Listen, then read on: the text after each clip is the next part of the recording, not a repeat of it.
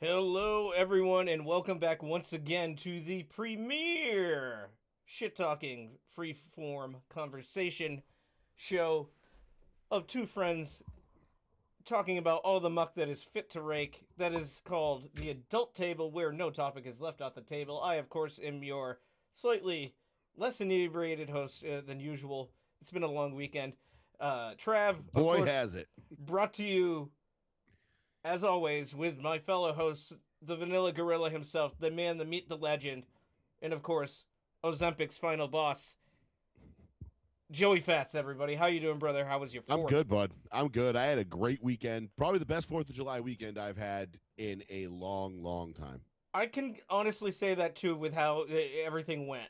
With the exception of Friday and Saturday being oppressively hot, Oh my uh, God, I loved it. I powered through it, uh, got through, and overall, couldn't have asked for a better 250th celebration year for America's The birthday. only It thing was I could have, pretty the only stellar. thing I think I would have rather, I could have done better.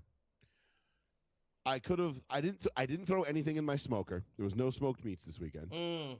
but there's plenty more time for that, and I have more, things to do throughout Of the course, summer. But you probably had a lot going on or as it is, and that takes time, and you got to be present. So, you know what the funny thing is, Trav? I didn't. I didn't. I didn't. We did. oh, I so think we you left. just fucking dropped the ball on that one. I think we left the house 3 times. So I had a doctor's appointment on Thursday, which is why I had the weekend off.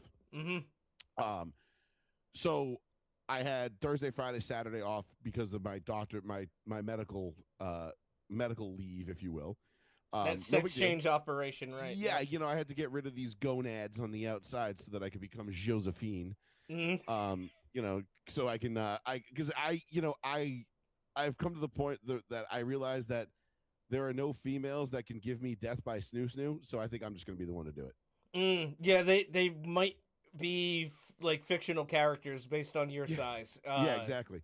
Like unless we can find a way to travel to the planet Amazonia, um, I it's just not going to happen. Right. But no, so I was off Thursday, Friday, Saturday, and then Sunday, Monday, and I'm off again tomorrow. So I had a nice little run here of like a 6-day, 5-day vacation, which was unexpected, but also like just happened to work out because of the doctor stuff. Mm-hmm. So which I'm fine by the way. Don't in case anybody was worried. No, yeah. Um, I mean, I made a joke there, but yes, I yeah, genuinely no, hope you're all right, man. yeah, no, I'm fine. In fact, I'm so fine that I'm going to get 2 more weeks off at the end of the month, Hell which yeah. is fucking amazing. So Yeah, that's great. drink to that. But no, the only thing I would have done differently this weekend, Trav, because I think we left the house a total of 3 times for a cumulative total of maybe 6 hours, Wow. and that was it. And it was glorious. We went to Off the Hook down on Sconnick Neck. Yep, love that place. Got a couple mudslides. Great time. We went to the Sail Loft. Mm-hmm. Got a couple appetizers and some drinks. Great time. And I think we went to my in-laws' house, and that was it. Word. And hung out with their dog, and ate some chicken. Well, it's all It was. what you make of it, and it's all what you feel like doing. And But other than that, I spent that sounds every great. last minute in my backyard, just playing with my dog, throwing cornhole, hanging out with the wife, listening to fucking tunes. Like, we had the tunes cranked up all weekend. It was party vibes, even though it was just me and my wife. That we had nobody came over. We didn't do anything. We worked in the yard. Like we just we Mhm. did fun shit. That's And that's all you need sometimes. yeah, It's was again, it the it's best 4th of July weekend I've ever had? I won't say the best, but it was close. It was damn close. especially you gotta gauge it by the metric of, yeah, were they more fun when we were in our 20s and 30s because we were going all out. I feel like I was working most of them in my 20s, Well, though. that also depends too. But I Because mean, like I worked in the yeah, service industry, so we didn't close on the 4th of July. In fact, mm, you were busy on the 4th of July. You were right, required to work on the 4th of July, which sucks. yeah. But I mean, did I have like bigger ragers? Of course. But was this one overall more satisfying in general, just because of what I did and who I spent that time with over the course of those days? Yeah, I would say so. 100%. That's all you can ask for, dude. I mean, Mm-hmm. it was America's 250th. It was the weather. I mean, I know everybody was bitching about the heat. I fucking love it, dude. when I was outside, I didn't care all that much. But I live in a third floor attic apartment where I can only have AC basically in the main bedroom. So me and Kels were basically hiding in there all day Friday because I had Friday off. And Saturday, Friday we went to the beach, and then Saturday. That was the other thing we didn't do that we meant to. Yeah. But we didn't. Mm-hmm. But it's all right because you know what though, I feel like 4th of July weekend, like all the beaches are packed. Like, did you hear about Round Hill by the way? Yeah, we tried to go there at 11, and when we got there, and the girl who apparently got in trouble at the gate. She was like, "Oh yeah, we were already at capacity like an hour ago, but you can try. Good luck." And so we go down there. I did a lap around the main section of the lot when you turn left. Yep. I usually park on the right because I like going into the far right corner and set up camp there. Down by the creek? Yeah. Mm-hmm. Yeah, me too. I like that spot. There's less people and there's less seaweed on that side. Yes. If you get in the water. But I did a circle around. We weren't getting in. And as we were doing that, there was a Dartmouth police officer like patrolling the lot, and then he made his way back up the hill. By the time we made it up the hill, we were like, fuck it. I have a town sticker, so let's try to go to Aponagansett. Which we went to, and it was fine. There was people there, but it wasn't mobbed. Just nothing out of the norm. Yeah, but the cop was already blocking the traffic from coming in, and there was a line of people waiting to get in on fucking Smith Neck Road. I'm driving by and with my window down, saying, "Hey guys, they're not letting anybody in." And then later I hear, she let in an additional like 400 people, and she got chewed out. Like, I hope she didn't lose her job, but they have a new LED sign up there it said full when we got there. And I'm like, well, then just tell people to not come. But she was like, no, well, maybe some people are leaving and you might find a spot. But I wasn't going to circle around for more than one lap and then. Yeah, I mean, listen, I like the beach just as much as anybody, but I'm not like that dead set on it. You know what I mean? Not when the town sticker works for Aponagansett and it's right down the road. And honestly, I wouldn't have that problem at Round Hill anyway because I have friends that live in the private section that I could have just called and been like, "Oh, there you go. Hey, just gonna go to your house." But they would have been like, yeah, "I didn't no think problem. it would be that bad because it wasn't the 4th." In our 40-something years of living in this town, I've never seen that. Well, apparently it was like that a few weeks beforehand, but it was before they officially opened. Interesting. And there were people like parking like at the DNRT trail, like a good quarter to a half mile on Smith Neck, the one before Round Hill. So that's a decent, and then we're walking down there. But I guess I had some friends that went there later, like around like 6 p.m. So, a couple hours before they officially closed. And it was fine then, but that's obviously not peak hours. But it was, you could not squeeze. If you're still at the beach by 6 o'clock, you're hardcore. Yeah, but it was my mistake. I was like, oh, we should leave my place around 10. We should be fine. We ended up leaving around 10:30. We got there just around 11-ish. Which is prime time. And it was, we couldn't, it wasn't worth it. But we went to Aponagansett, had a nice time. The water was fucking like bath water. It was very nice. Yeah, it always gets nice and warm over there inside the harbor. Mm-hmm. So that was fun. I don't know. I've never seen that in 40 years of living in Dartmouth. I've never seen that. And it was wild to me to hear it. And then, because we went to the sail loft and they've got the power going out like every 20, 25 minutes. The power would just cut out. Probably because every business there was cranking their AC. Yeah. And I'm like, oh, wow. And I'm like, but it was weird because I'm like, wow, you're on the same grid as the fire station. Like, you would think there would be more like that wouldn't happen down here. I'm sure the fire station has generators. Yeah, I mean, just in case but you would assume like that neck of the woods would be like a little bit more tip top. But then again, dude, you go down and look at some of the houses they're building in those neighborhoods up around they're the massive. Like where my grandparents lived on Pleasant Street and shit like that. Yeah, they're massive, and it's unreal, bro. I'm like, what the fuck? Like, that's crazy. But yeah, it was a good weekend though. We had a fucking blast, dude. I listened to I got my Creedence fix in. Hell yeah. And I know some people like Creedence sucks, and you're right. They kind of do. But it's a vibe. It's And what I have on my kayaking playlist is a ton of Creedence. There's a lot of other stuff too, but dude, you're kayaking, you get Creedence comes on, fucking Green River, yeah, like shut the fuck up. yeah, dude, it's just it's there's certain music that you listen to that is just forever synonymous with summer. Yeah, it Sublime them, uh, and Bob Marley even. For me, a lot of George Thorogood. Sure, I mean I could listen Uh, to him anytime, but yeah, Me too. if it's synonymous with summer for you for some reason, I get it.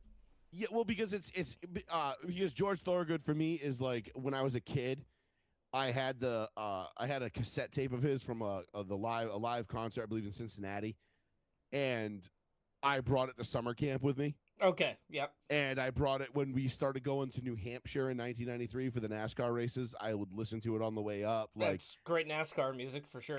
Dude, it's 1,000. Like when Gear Jammer comes on, and if I'm in my car, like we're probably gonna commit a felony.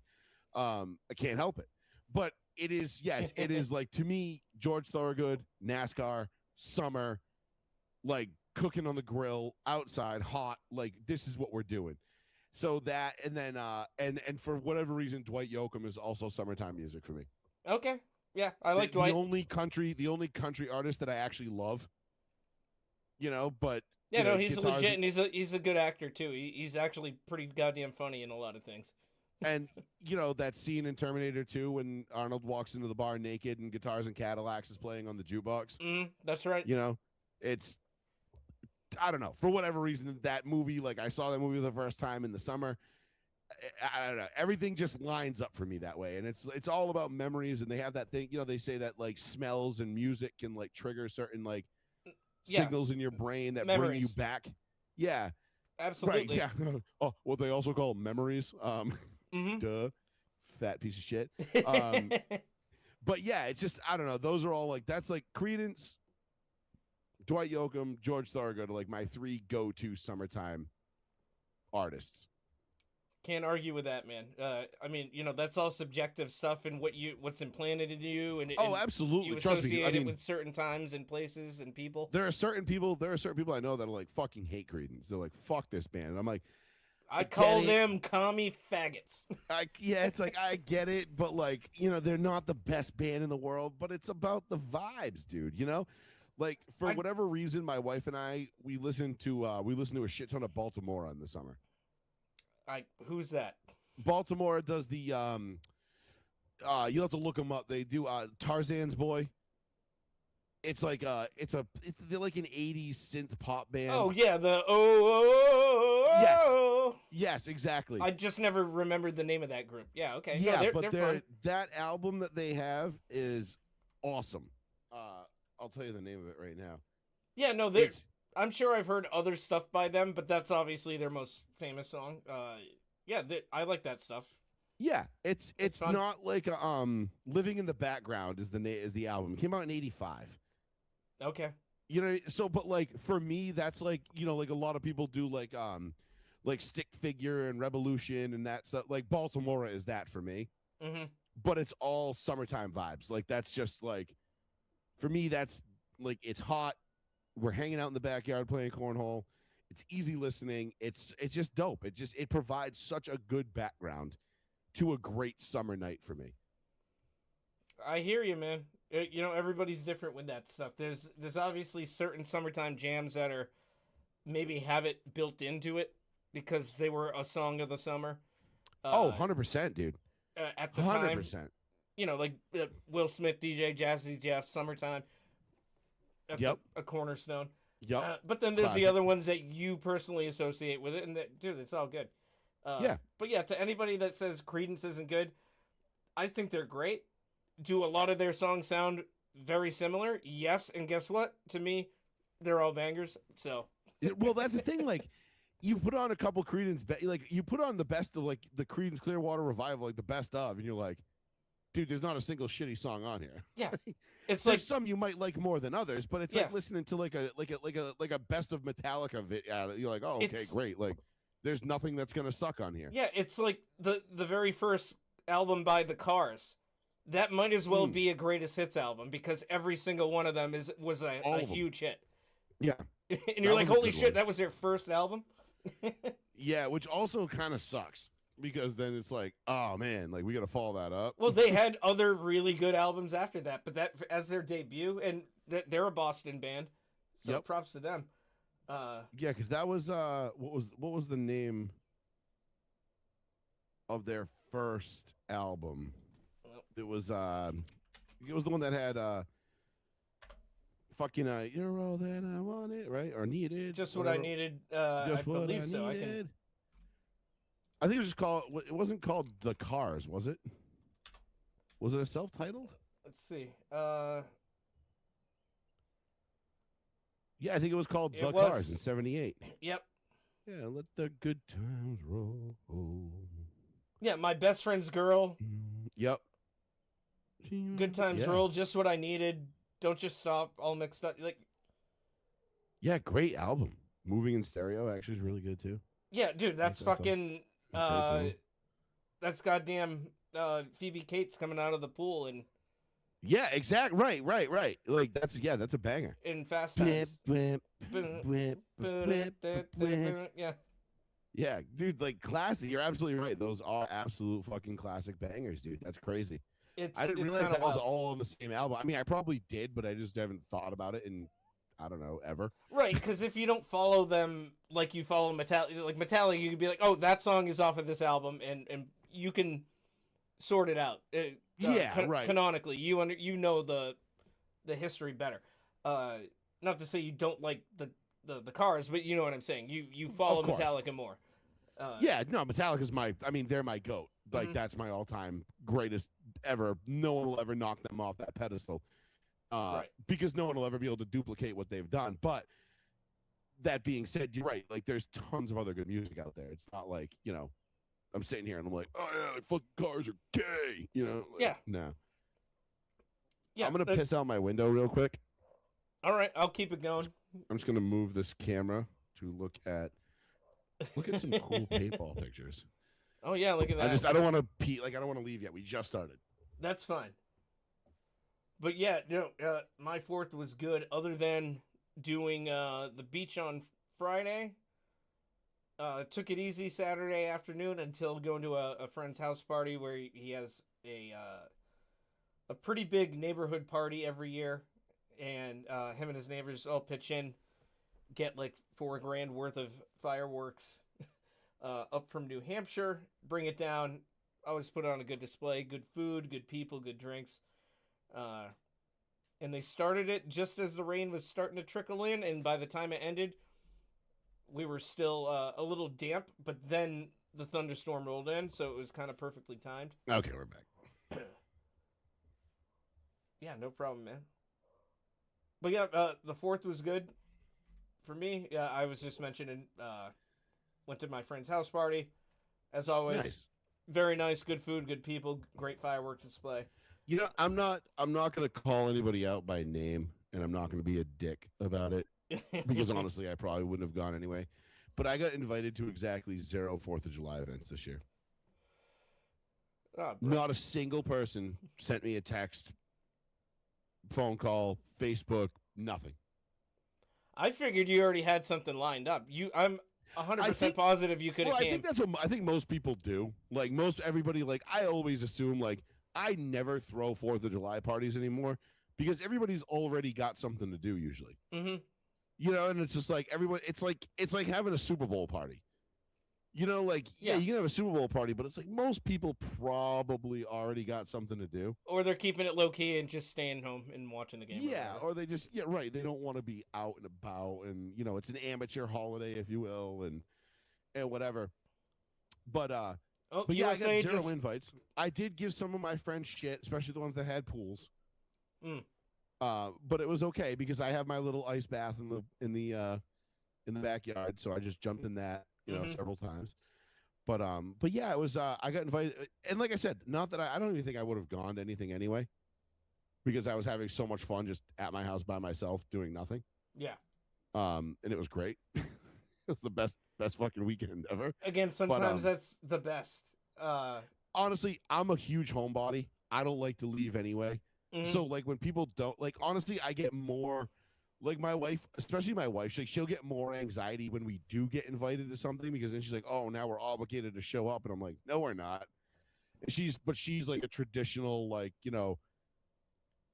she's a good person, I should say. Yeah. Whereas me, like, I'm just a dick, and I'm like, "No, I don't care. I'm not going." Like, No, we don't if have I to don't go. want to go, I'm not going. Like, Yeah. period. Fuck you. Like, I'll see you someday else. Like, other like, but I'm an asshole like that. But she like gets anxiety about it. She's like, "Oh, we gotta go. We're obligated. We said we would go," and I'm like, "Nah, we're good. Yeah. We don't got to do shit." I was like, the best part about being an adult is you can just not do shit you don't want to. Exactly. You're not beholden to anything other than your own free will. So it's Nope. I'm beholden to nothing but my free will and Jesus. Well, there you go. Yeah. You've accepted Jesus into your mouth. So. I've accepted Jesus into my mouth.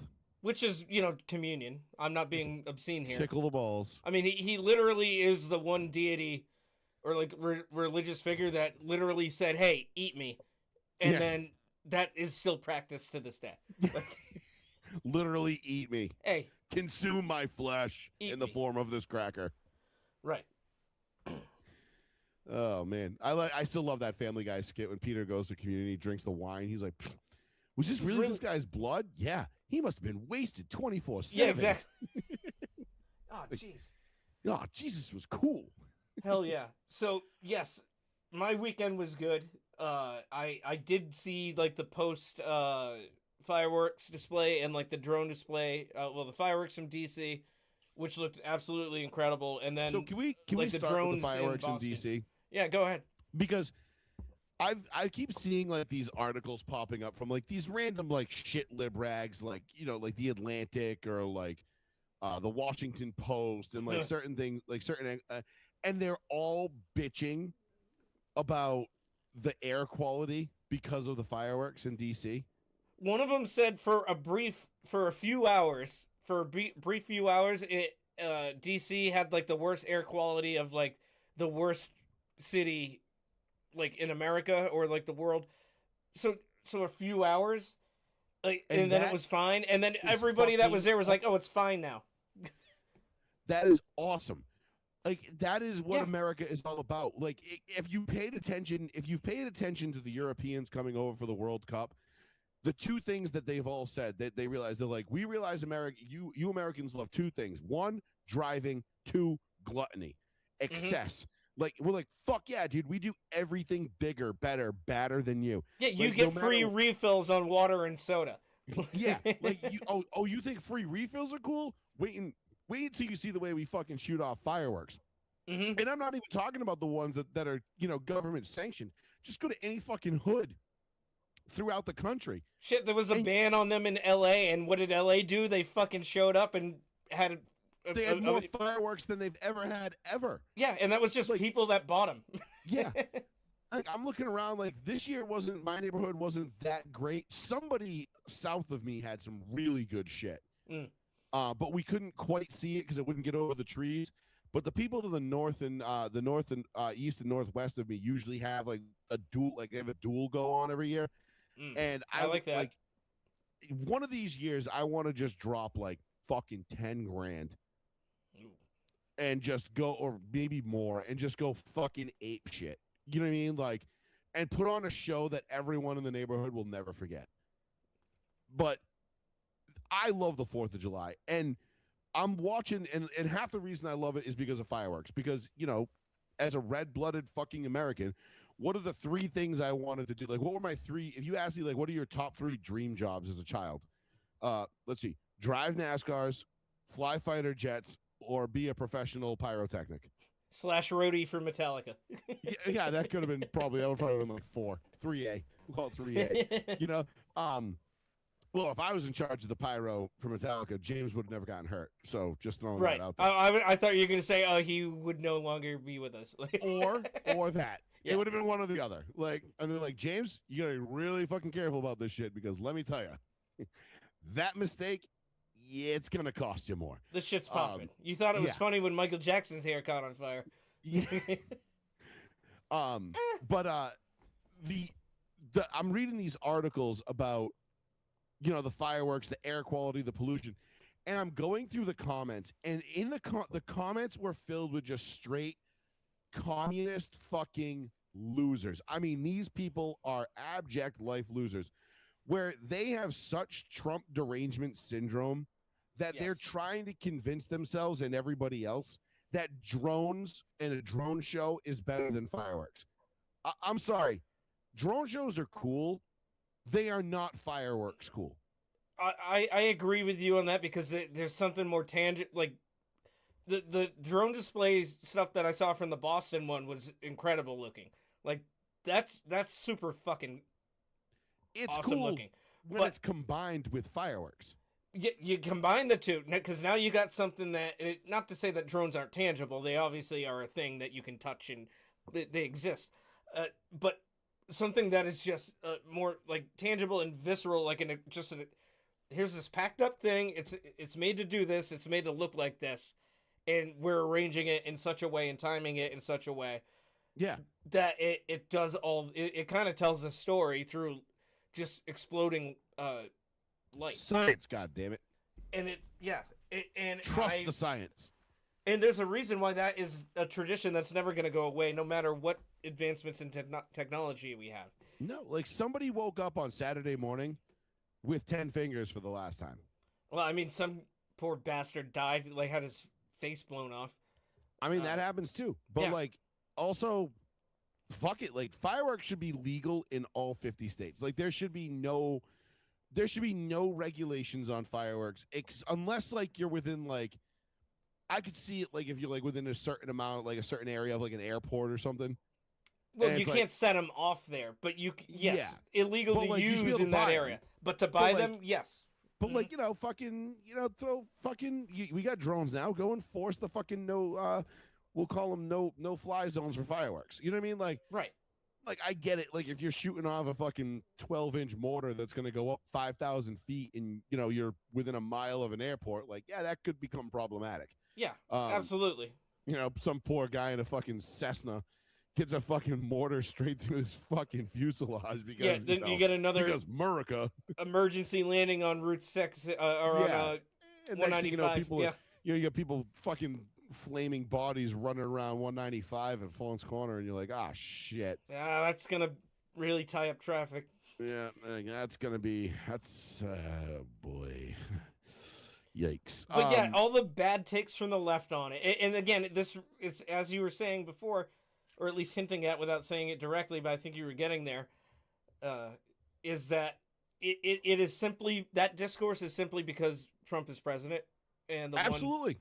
No, if Obama had lit off 850,000 fireworks or whatever it was in Washington D.C., they'd say that was the greatest thing. It'd be the greatest. They'd be talking about it for years to come and how great it was, and especially on the 250th. So the bicentennial plus 50, like that's a milestone for sure. So it was a big one, and then you see all these spiteful people with severe TDS, like critical mass levels of TDS. They're like, I'm not even. What's there to even celebrate about America? Like, what? Oh my God! Well, then just fucking leave, dude. Like, just fucking leave. So I realized this weekend that there were two types of people. One was the type that was celebrating the fuck out of America because it's awesome, and two, there was libs. Yeah, that was it. Like the left was so anti 4th of July. I mean, I even remember people that we know, certain, teachers that I won't name out loud because whatever, I don't want to, be that, that much of a dick. We've already spoken about it. We've given him too much credit. Yeah, we already dropped dropped his name mad times. He knows who he is. Dave Mustaine. Yeah.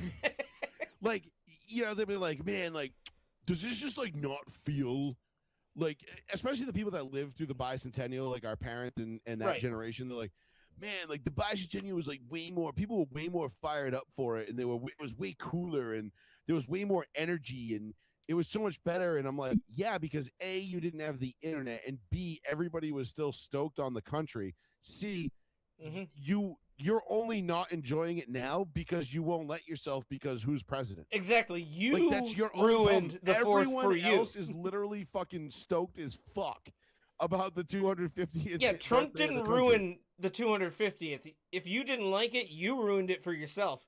Exactly. Because you you're did a fucking this to yourselves because you're a self-loathing communist piece of shit. Yeah. So straight up, you can go fuck right off. Go, don't celebrate. I don't care. I'm glad you didn't, in fact. Yeah, I literally celebrated the 250th anniversary of the country with my wife and my dog. Mhm. And that was it. We didn't go. Our neighbors had a cookout. We didn't even go over uninvited. We were just didn't care. Yeah. Like we were like, nah, dude, we're good. Like we're just not gonna.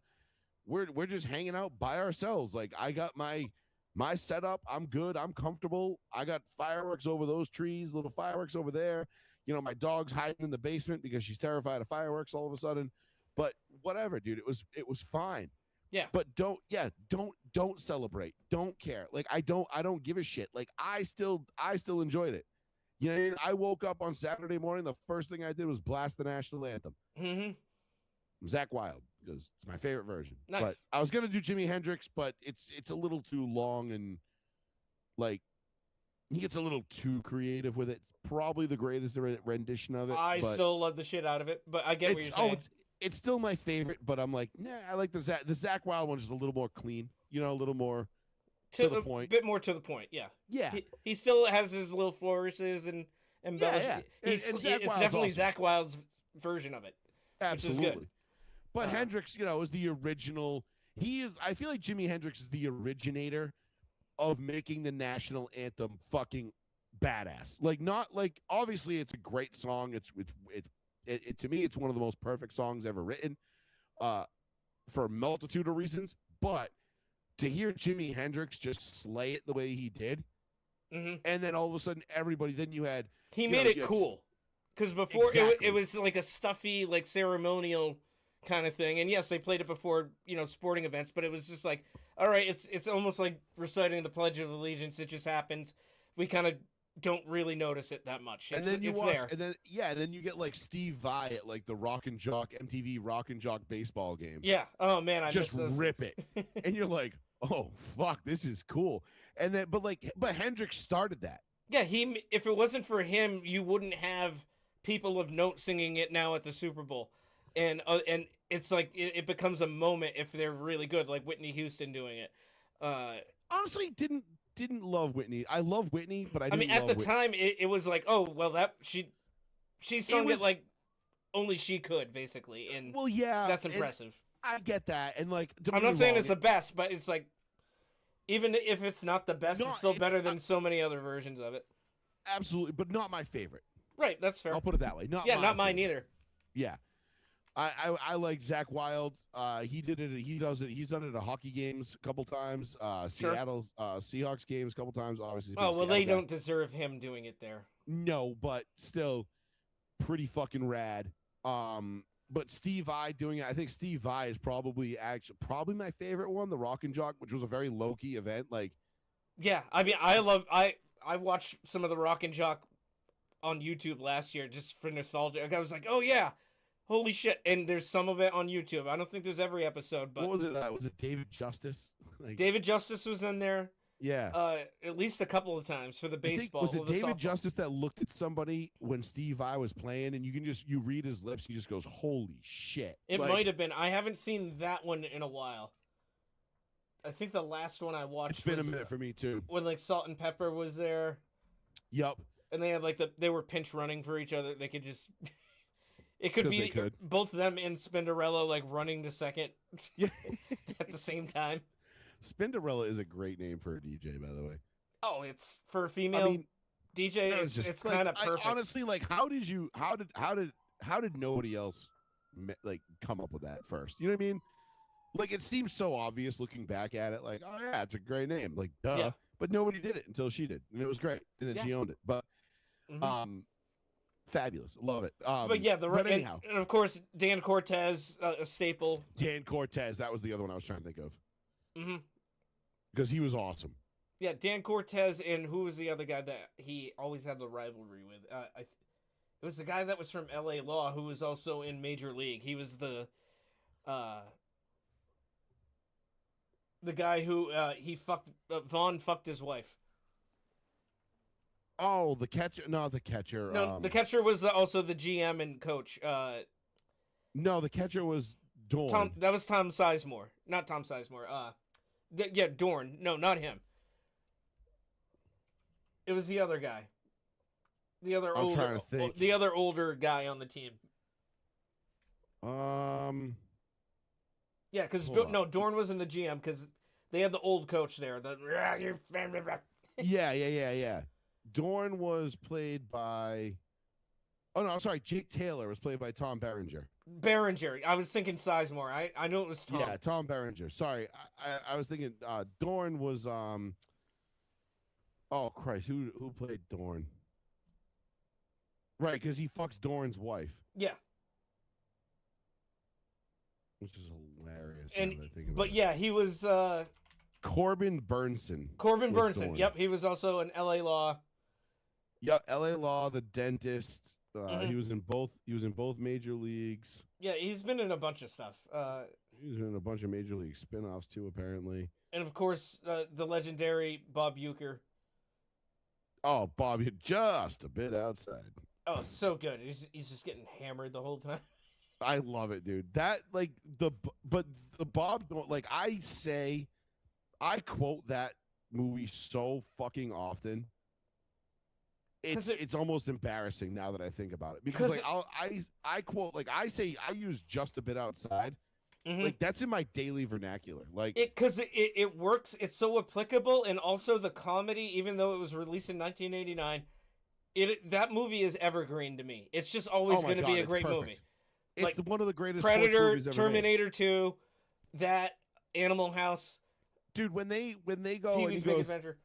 Give me Vaughn. Mm-hmm. What? And then they start playing Wild Thing, which was by who did that version of Wild Thing?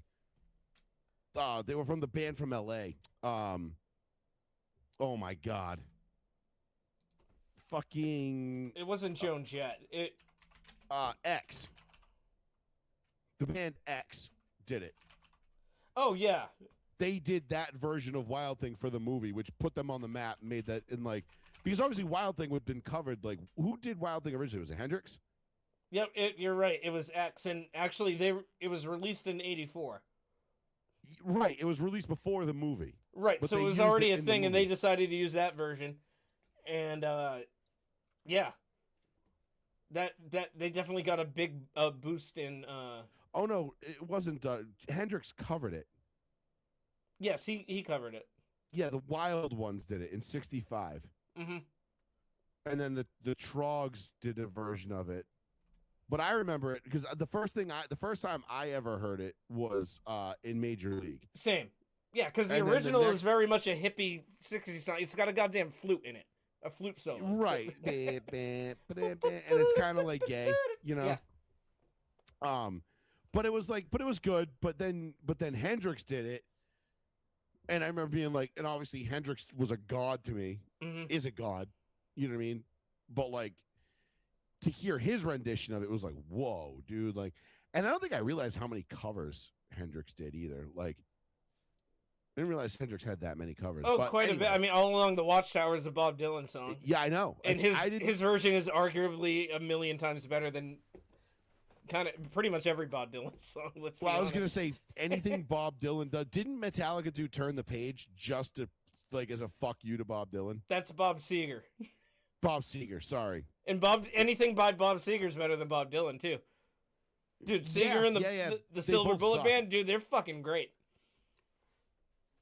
That live album when they're in fucking Detroit is in like 1978 or something like that. I fucking hate Bob Seger. Okay. Like I really he's one of those people like up there like as soon as anything comes on by Bob, like change it. Oh, like, I guess you're not going to Kathmandu then, huh? No, I can't do it. It's like That's not what you're going to do. It's like the Eagles to me. Like I understand the Eagles are great. I know they're good. I get it. I get why people like them. I just fucking can't stand them. It's one of my little quirks. Like if I hear Hotel California one more fucking time, I literally might kill myself. Yes, your disdain for that song in particular has been well documented on this show. Yeah, we've gone over this. Well, you've gone over. I need a fucking reminder. You've gone over, and I've always said, "Yeah, we know." Hey, we've told this story before, Joe. Shut up. All right, I'm telling it again. God damn it. Because goddamn, there might be one person out there listening right now that does not know my disdain for the fucking the Hotel California. but and the Eagles in general. But again, I get like why people like them. It's like the Rolling Stones to me. I don't love the Rolling Stones. I don't hate the Rolling Stones. I just don't listen to the Rolling Stones. Like they have a couple of songs that I like, but I'm not like I get why people like them, but I just don't. You know what I mean? They're of the same era of the Beatles. It's like, well, if they didn't write that song, somebody else would have come up with something very similar eventually. And to like to at pretty least, much like, their the entire Stones, catalog. Like the Stones are my mom's favorite band. Right. But she never like forced them down our throat. It wasn't like she was always like, you know, like my dad, on the other hand, when my dad got in, like my dad loves music. And my dad'd be like, sit down and listen to this. And I'm like, okay. You know what I mean? Or like we'd be in the car and if my dad was driving, like my dad had control of the radio. Yeah. So we listened to George Thorogood, Dwight Yoakam, Deep Purple, like, you know, the Temps and the Tops. Like we had a very wide variety of music that we got exposed to as kids until I finally kind of came into my own and decided I liked heavier shit. Yeah. And whatever. But my mom's favorite band was the Stones, and I didn't know that about her until like a couple of years ago. Because I don't think she had ever mentioned like, oh, my favorite band is, you know, X. And I'm like, huh? And I'm like, really? I'm like, the Stones? I'm like, and now I start thinking back and I'm like, oh, I can kind of see that. Yeah, that makes sense. But at least but I get the appeal too. You know what I'm saying? Like, yeah, no, they're fine. I'm not crazy about them. I don't hate them. I think Keith Richards I'm is not like, gonna like rush to the radio to change it if they come on. I think Keith Richards is an incredibly overrated musician, and Mick Jagger is not a great singer. He's unique. He's a decent enough performer. Yeah, like is he like but here's the thing, but we talk about this all the time, right? We start talking about music. Like a lot of times the type of music these guys do either like highlights or hides their abilities. You know what I mean? Like nobody knew that the lead singer of Disturbed was as good of a vocalist as he is. Right. You know what I mean? Like he can sing, like when he does like The Sound of Silence, even though I know everybody fucking hates that song now, and with good reason because it's so fucking played out. But yeah. But like to hear him go from doing like ooh ah, ah, ah, to The Sound of Silence, right? You're like, oh wow, no, this guy's actually really good. It's like John Five, great guitarist. Mm-hmm. You wouldn't know it by his time in Marilyn Manson because they're not a solo guitar forward band. Right. So they get hidden or highlighted sometimes. Mick Jagger, I feel like, is hidden. You know, like he's not a great vocalist, but he can just rip a couple of songs like because it works for that band. It worked for their sound. Well, yeah, good front man. Like David Lee Roth, my favorite out of the Van Halen singers. Was he the best? No, I think Sammy Hagar's the better singer, but David Lee Roth's the better performer. Way better singer, but yeah, you're right. Lee Roth was the better performer, and you know Van Hagar was more poppy, right? It wasn't like like David Lee Roth. It was more thrash, if you will. I wouldn't even say thrash, but it was heavier. It was faster. Yeah, it was more thrash. Whereas, like, it was peak Eddie Van Halen. It was like, wait, what is this guy doing with the guitar? It was like Eruption. There you go. Yeah. He famously played with his back to the crowd for a while because he didn't want people to see what he was doing. Which is fucking wild. But like those guys, like, you know, we talk about it all the time, like with musicians like that, like and certain people. I think Mick Jagger falls into that kind of that bucket. Although his dancing is atrocious. Like the fucking the Start Me Up video. That video looks like trash because it's just worst them like video ever. I wanna destroy whatever television it's on anytime I see it. Thankfully, it's not that That's often. the one with David Bowie, right? No, that's Dancing in the Street. Oh, right. No, that one's just them. Like I don't think the Stone that I don't know who played on that. It was probably like studio musicians. Maybe some of the people from the Stones or Bowie's band. What was it? Not Dancing in the Street. It was what was the song? I want to look it up. Start Me Up. Start Me Up. Right. No, it's that was like the pinnacle of Mick Jagger's bad like face acting and horrible dance moves. Because it's just them like in a room with like a black background or like black curtains. I'm trying to remember the video. I know There's nothing going on to it. It's just that, like different shots from different angles. and then Mick Jagger's horrible like pantomiming and dancing. It's like it looks like what your weird uncle and his friends thought were cool if they were in like a garage band. It's like, oh, we were able to film at like DC TV studios the other day, and look what we made. It's like that. It is bad. Yeah. It is bad. Like I could probably play some. Oh yeah, with the white pants and the purple like tank top. Yeah, and you can tell he's just like coked out of his mind. It's basically that. Like I think they just were like, hey, what? So we got to shoot this like tomorrow. What are we doing? And they're just like, you got cameras, right? All right, you got a room? All right, we're doing it in there, like basically in the studio. Yeah, that video. You're right. I remember that now. Now I'm looking at it. I remember it. And the song isn't that good either. But yeah, not a great song. It's got that one. It's got literally the hook is the first like 3 chords. Like yeah. Just play that. That's all you need to hear.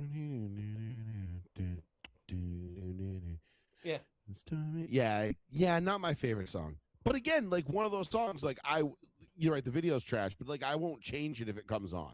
Right, the song itself it's serviceable. Like they play it at sports games of all types now. It'll pop on here and there. Another band that kind of falls into that same category for me, like I won't change it if they come on, but they have a couple of really great bangers, is Dire Straits. Oh, I love me some Dire Straits. Not all of them, but right, like Walk of Life and Money for Nothing are 2 of like my all-time favorite songs. Like they would, if I was gonna make a top 10 of like, you know, you can only pick one band per, like you have to pick 10 different bands, 10 songs. Everybody's gonna be different. Can't have any repeats. Like, okay, pick one Metallica song, one Slipknot song, one you know what I mean? Dire Straits would definitely end up in my top 10. Sultans of Swing too is also a good one. I was just about to say I don't love Sultans of Swing is the one that I don't like. I really like Mark's guitar work in that one. It's interesting. Again, like from a technical standpoint and a musician standpoint, I think it's great. It's just when it comes on, I'm like, it doesn't do anything for me. Well, yeah, I mean? It's not as punchy. Walk of Life is very upbeat and like feel good, and like it's sports related. And then Money for Nothing is just a fucking banger. Classic. Like, I mean, absolute. Like that was Money for Nothing was a game changer. That song rips. It's that opening chord that they hit is just that. His tone. I was like, how did he get that tone? Did he like trip over all his equipment? And seriously, it just dialed because it sounds so good. It's so far beyond perfect, and you're like, how? It's like David. It's up there in terms of like legendary tone and perfect tone for me with David Gilmour on Time, Pink Floyd. Like the solo, that whole song, but that solo in particular, it's my favorite solo pretty much of any genre, and it's not technically. It's not even technically like amazing. It's just the tone and how he bends the notes and when he does it. Yeah, it's and like the feeling behind it. It's just like I'm gonna come. Like yeah. Pink Floyd is one of those bands that the more I listen to them, the more I realize I like them. Okay, well that's good. You know what I mean? Like, I've never been a Pink Floyd fan growing up. Never was, like, into them, really. But, like, every time I listen to a song that I've never heard by him or I've, like, go, like, on a deep dive into him or something pops up on my Spotify, I'm like, oh, this is fucking good. Who is this? And I'm like, oh, that makes sense. Yeah. Oh, they have like, so many different albums, too. They have a ton of shit. Catalog's vast. But, like, all their mainstream stuff is fucking mainstream for a reason because it is good. Yeah, right. It's good mainstream. And there's a difference between being mainstream and shitty. Right. And mainstream because you're mainstream because you're good. Like Metallica is mainstream metal. And like, you know, you and I obviously we're both very in tune with like the metal scene. Like we know like we understand that there is a lot of gatekeepers in the metal community. And snobs. Yeah, and I still deal with them, but at the same time, I see younger people talking about other, and I'm like, I feel I kind of lean towards the snobbier, gatekeeper side sometimes. Sometimes, yes. Like when somebody, but it is for everybody, just like everything is good, and I'm like, no, they're not. But right, you know, but neither here nor there. But like Metallica is mainstream metal, where like metal snobs will look down on you and be like, Metallica, you call that metal? And I'm like, I mean, yeah. they are part of the basically reason why my metal is even mainstream right now at all. they didn't invent the genre, No, but they they didn't. basically perfected it. Like, Well, you know, what they did was they brought that certain style of it to the mainstream, and that opened up the gates to other ones. You know, it took them a little while for other subgenres of metal to squeak on through the gates, yeah. but And they now, eventually unfortunately, did. we have bands like Volbeat and Amon Oh, Amarth, but you know, mean whatever. Cher singing with a shitty band and a harmonica? Volbeat's they're not metal. Ghost is not metal either. They have Ghost a metal. is not metal. No, They have a you metal Ghost gimmick, has like but 2 songs that are like metal. I wouldn't even give them that. They're Squarehammer is pretty. I wouldn't say Squarehammer is metal, but it's upbeat. It's pretty fast. their shit is like rock opera bullshit Yeah, at this right. point. Year Zero is pretty good. Other than that, I think that's pretty much the 2 Ghost they have a songs I like. metal aesthetic, and they're not the first band to do a gimmick like that. So they're not even that original in that sense. Did you know that when they wrote Squarehammer, They were wrote sucking Squarehammer? dick. They wrote it because they were like, we need an opening song for our set list. Like, they didn't write it because they were like, oh, this would be a cool song to write, and it worked, and then it happens to work as an opener. No, they wrote it. They were like, we need an opening song to really get the crowd fired up, and then we'll take them back down the rabbit hole. Like, which, okay, it works for them, but also, like, that's kind of the gayest fucking reason I've ever heard to because write a song. you want to start you want a hot crowd, just like in a wrestling show or something like that. Yeah. You want to start them off high, and then you dip it down because they're gonna get a little tired, and then you pick it back up. There's for the crescendo. There's that an ebb and song flow. should be their fucking closer. I mean, yeah, that would make a lot of sense. You know what I For mean? that But, same like, reason, they like wrote because you it want to to start be an strong and end opener. strong. So I get that aspect of it, but But to you know me, who never that's not had to even write? that good of a one to start or end with. You know who didn't have to write an opening song? Like 90% of good bands. Yeah. You know what I mean? Like, no, like, you think Metallica was like, oh man, I think we should we should write For Whom the Bell Tolls because it would be a great opener. Yeah. You know, you get the Or first Blackened. yeah, or Blackened. Right, yeah, Black would be a sick opener. Like, just play the intro, but backwards. Like, nope. It No, they depends didn't on do the that. like if a band like Pink Floyd, they are certainly thinking that because they do concept albums where the songs flow into each other. They're a different type of band, But though. with the other bands, That's their usually thing. you write the songs and then you decide later, you piece it together almost like a puzzle. And Yeah. you're like, okay, this can open. This is a good opener, and then you go into this, and then you flow into that, and blah blah blah. That's what we did in Smite the Righteous. It was like, well, we have all these songs. We sometimes play them in a certain order during a live show, but for an album layout, track wise, maybe that's not the best way to do it. So then we all came to a consensus, like, oh yeah, so here's how it's going to be on the album, Right. and it made sense, at least to us at the time. It's like determining like what's the single gonna be. You know what I mean? Yes. You know, like you're like, all right, like we all know like the Black Album, like the first single was Enter Sandman. Mhm. Was it the first single? Yeah. It had to have been. I believe it was the first single. But it wasn't. I don't think they intended it to be though. Like I think it wasn't until the album was done and they were like, and they threw it out there and somebody was like, this is the single, and they were like, Mhm. yep, and then ran with it. But like Metallica's, like, for just use them as an example because obviously we both know their catalog inside and out, and so does everybody who's listening. If they came out and opened up with Fade to Black or Nothing Else Matters, Yeah. you'd be blown away. You'd be like, whoa, this is different. But like it would work.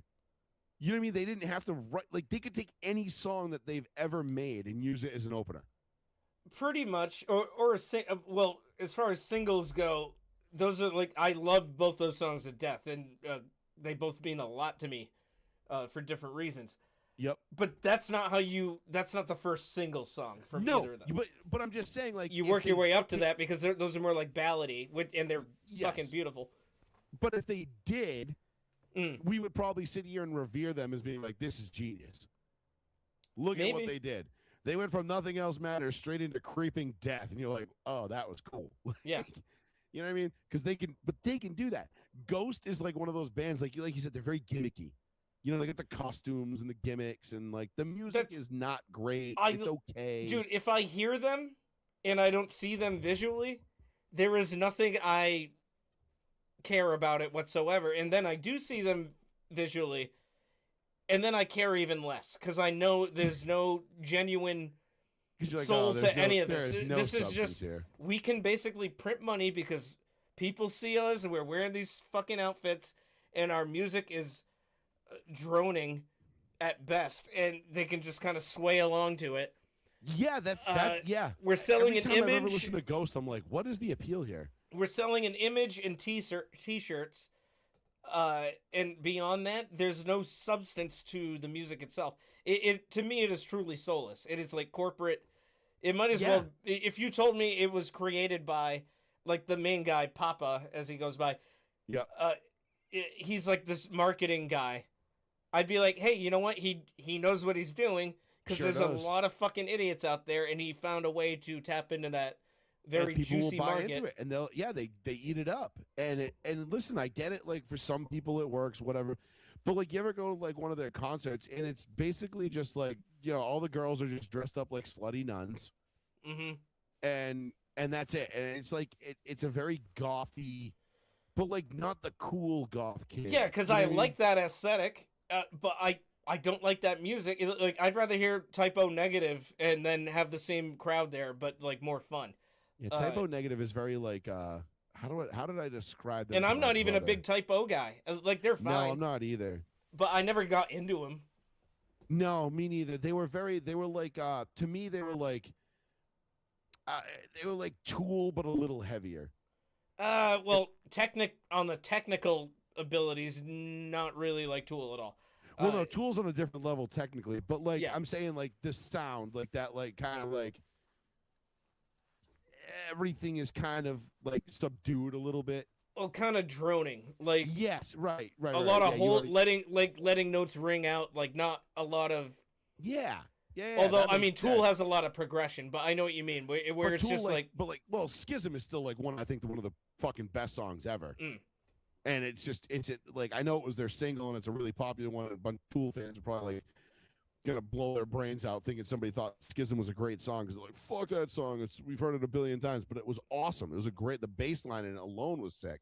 yes, Like was worth its weight in salt. Like it's just such a good jam. And again, I'm not a big Tool guy. I appreciate them, but I'm not a huge fan.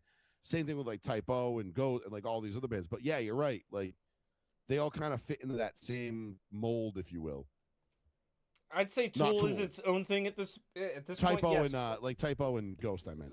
Well, Typo at least were just a band, and they had Peter Steele. That was the gimmick. They had this giant guy playing bass and singing.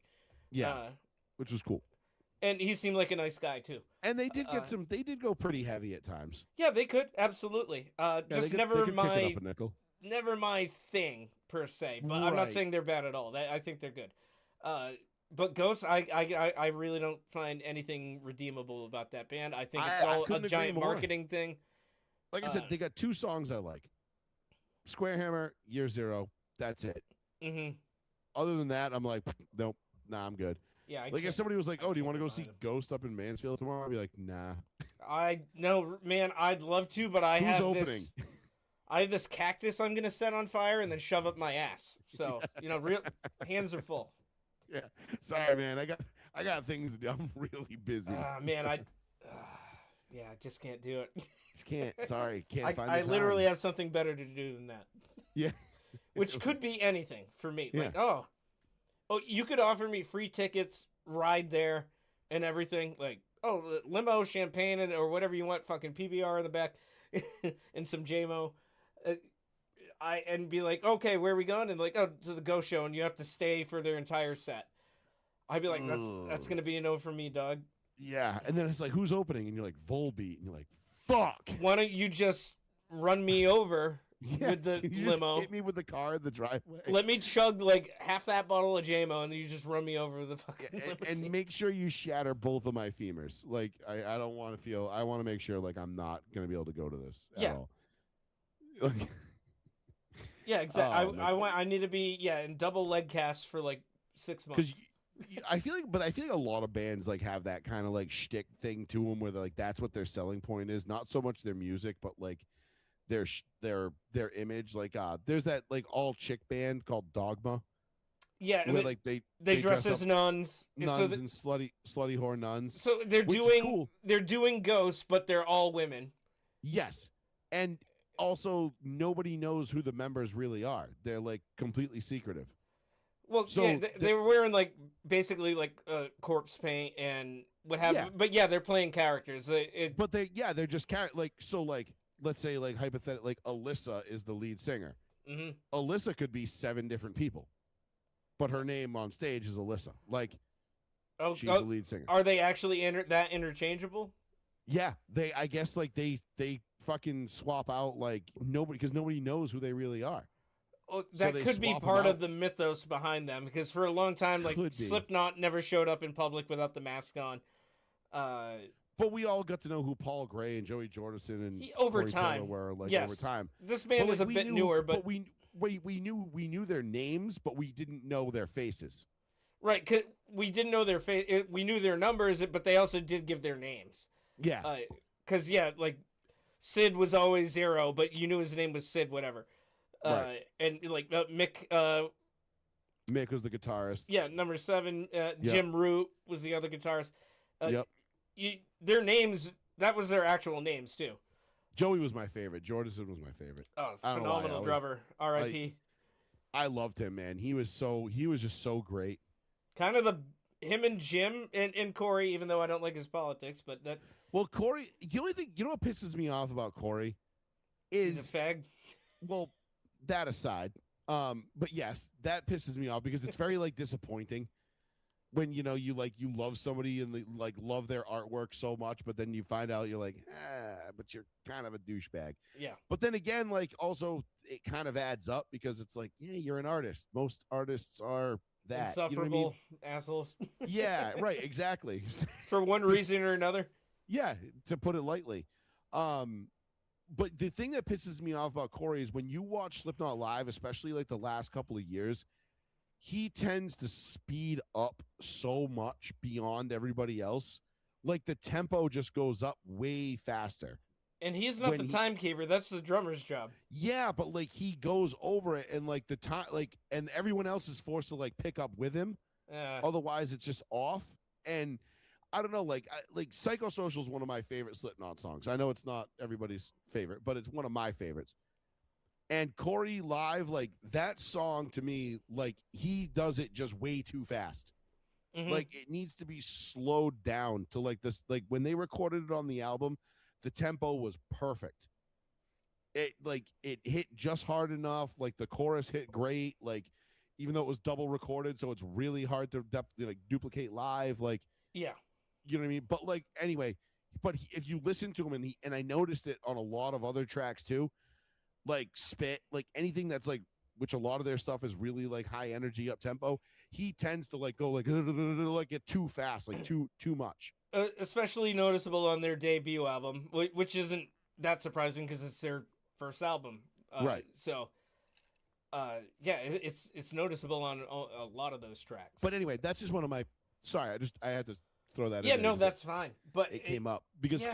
it's the one thing that pisses me off about Slipknot is that they don't. I feel like they could sound so much better live than they do, but Corey kind of fucks it up every time by going like. And like his ADD kicks in, like he's on Adderall and he's just singing too fast. And the problem is he is such a well-known singer at this point. I think the rest of the band feels obligated to keep up with Just him. do whatever he wants. Whereas he should well, be keeping up with the band. Like, Yeah. literally the drummer sets the tempo. Or he'll throw a shit fit and be like, "Oh, we have to cancel this tour because I'm having a mental breakdown again." Yeah, because I got to get my testicles removed because I'm a Yeah, bitch. it's like, okay, dude, like, can you just fucking go sing? Like, you sing songs for a living. Can you Mhm. please just go do that so we can enjoy it? Thank you. Well, on that, I must use the bathroom if you don't mind. No, I don't. Actually, I'm going to go make a drink while you do that. All right, we'll do that, and we'll perfect come timing. back, and that'll segue into something else that is interesting in terms Pressing. of polarizing, as if you were, depending on how you stand on it. But yeah, the World Cup and current score right now for USA versus Belgium, 1 USA 1, Belgium 2. Not good. The second half just started. No. We'll see how that works out, but we'll talk about that red card bullshit when we come back, folks. Yes, we will. Be back in 2 minutes. Yep.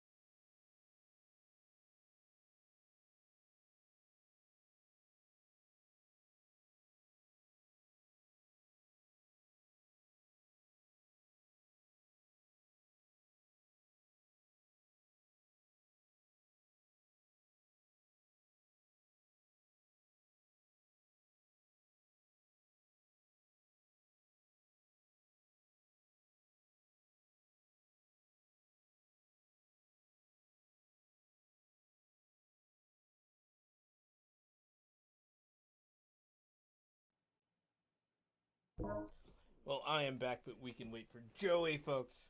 Thanks for watching, whoever is right now. We appreciate the hell out of you. Don't forget to leave a comment if you feel like it, if you want to be part of the conversation, and subscribe if you haven't already.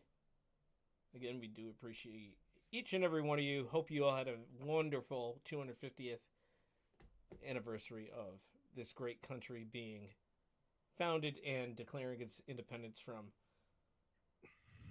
those British cucks. And spear chuckers. And we're back. And spear chuckers. What was that from? Was that from South Park? Yes, it was during the episode where Obama and Hillary are in the presidential race, and it's the live debate, and they cut to something I forget. It goes to Hillary, and then it cuts back to the live feed of the debate, and it's Hillary just saying "and spear chuckers." Zero context. And then Obama's just standing there. He looks unfazed. He doesn't even look insulted. He's just like, oh my God, that was so goddamn funny. I fucking love that. God, I hope to God that they return back to form in September, dude. Ah, shit. Belgium just scored again. Yeah, that's a wrap. Well, that leads us into this. Yes. Because at the end of the day, win or lose for USA, I don't really care. I mean, I'm minimally invested and interested because it is the World Cup. It happens every 4 years. It's a global thing. Blah blah blah. I do have some interest in soccer during this time of the year. Every 4 years. Very minimal though. I don't go out of my way to watch it. I don't care one way or another whether USA or Portugal. That's my number 2 team if I had to root for one. So today Wins. I went out, like I said, I went out to go I don't know if we said this on the air. I went to go watch the Portugal game out today. Yes. And not because I care about soccer. I don't. I think soccer is one of just the worst sports on the face of the planet. And for a myriad of different reasons. I would rather play it than watch it. Well, it is definitely one of the. So to me, it's like paintball is the same. To me, is like the same on the same level as soccer in terms of like you've got to play it to really enjoy it. You know what I'm saying? Like I can't take somebody who doesn't play paintball and then make them watch a tournament on TV with me. I would say paintball's harder like soccer's easier to. Very easy to understand, right? To not play it, whereas there's a lot more going on in paintball in terms of rules and strategies and blah blah blah. Like right. So if you don't play it, you're not going to enjoy it. Yeah. Whereas, like, all right, I get what you're saying. Like soccer, like you don't have to play it to enjoy it, but like, I feel like everybody has played soccer at some level at some point in their life. I just dicked around. I never played it, even I'm not like gay. Neither have I, but like I dicked around kicking a ball with some friends. It was fun, but yeah, I never played in a league. I never played it in school. My parents didn't let me play soccer when I was growing up. They were like, Joey, you're not gay. My dad was like, absolutely not. You're not a flopper, son. Yeah. He's like, you're not a pansy. And I was like, okay. And thank God for that. There was 2 sports I wasn't allowed to play. Hockey and soccer. Hockey probably because it's too expensive. It was too expensive. My dad was like, I'm not waking up at 3:30 in the morning to bring you to Hetland for ice time. Fuck you. I don't care if it's not that far. Fuck. Yeah. He's like, nope. No, because then he knows what that turns into. It's like, oh, we got ice time, but it's up in Boston. And oh, yeah. It's at 4:00 in the morning. And that's when we got to. And I'm like, no. Like, I'm like, that sounds terrible anyway. But anyhow, yeah, I don't know. Soccer to me is just, it's unwatchable. There's like, I was literally, so I went out today. I was going to go to Ice Chest to watch the game. Mm-hmm. It was packed. There was way too many fucking people there. Like you said, I probably needed to get there at like noon. I didn't even leave my house. I went to the gym at noon. You know what I mean? Like I was like, and that's for a 3 p.m. game. Yeah, I'll go swing by 2:30, see if I can grab a seat at the bar, whatever it'll be. Nope. And you know, I probably will. I'm one person. I'm flying solo. Like, should be easy. Wrong. There was a billion fucking people there for the Portugal game. And now that they lost, I'm kind of glad I didn't fight the crowd and go in there and try to, sit there. But like I went down to Traveler's Ale House instead. Right around the corner. Yep. And walked up, got a seat at the bar, played Keno, had a delicious steak and cheese wrap, but also I was falling asleep. Literally falling, like nodding off. I was like, this is fucking boring. I'm like, I gotta go. And so I got up and left. I came home, I put it on TV, and I took a nap. Like that was it.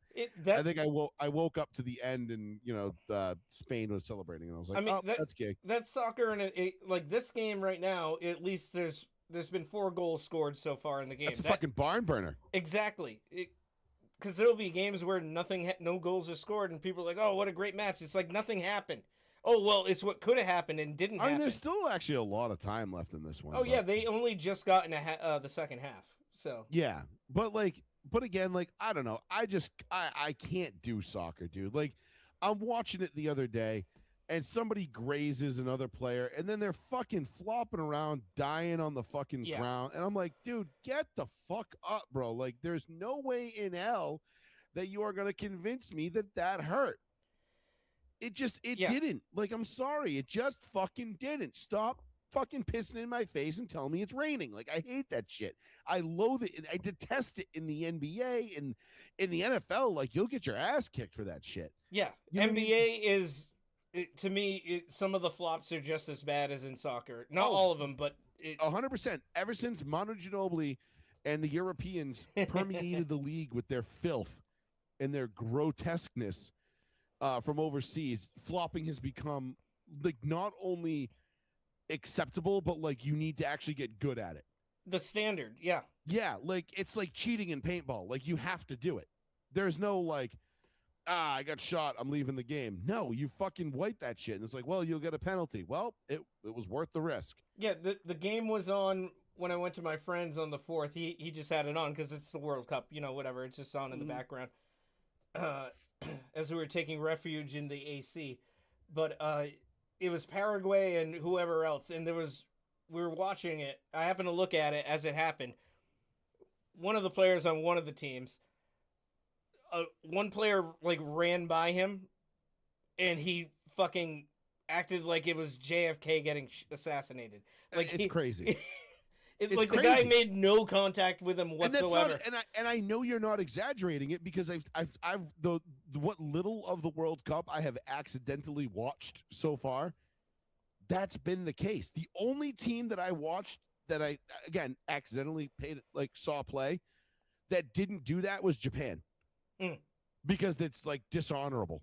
Yeah, and they're Japan, you know, very honorable country. They'll bomb the shit out of your harbors, but they're honorable. But you know what? They celebrated our 250th just as hard as we did. Like, Imagine being like, "Hey guys, we know you nuked us and all, but go USA."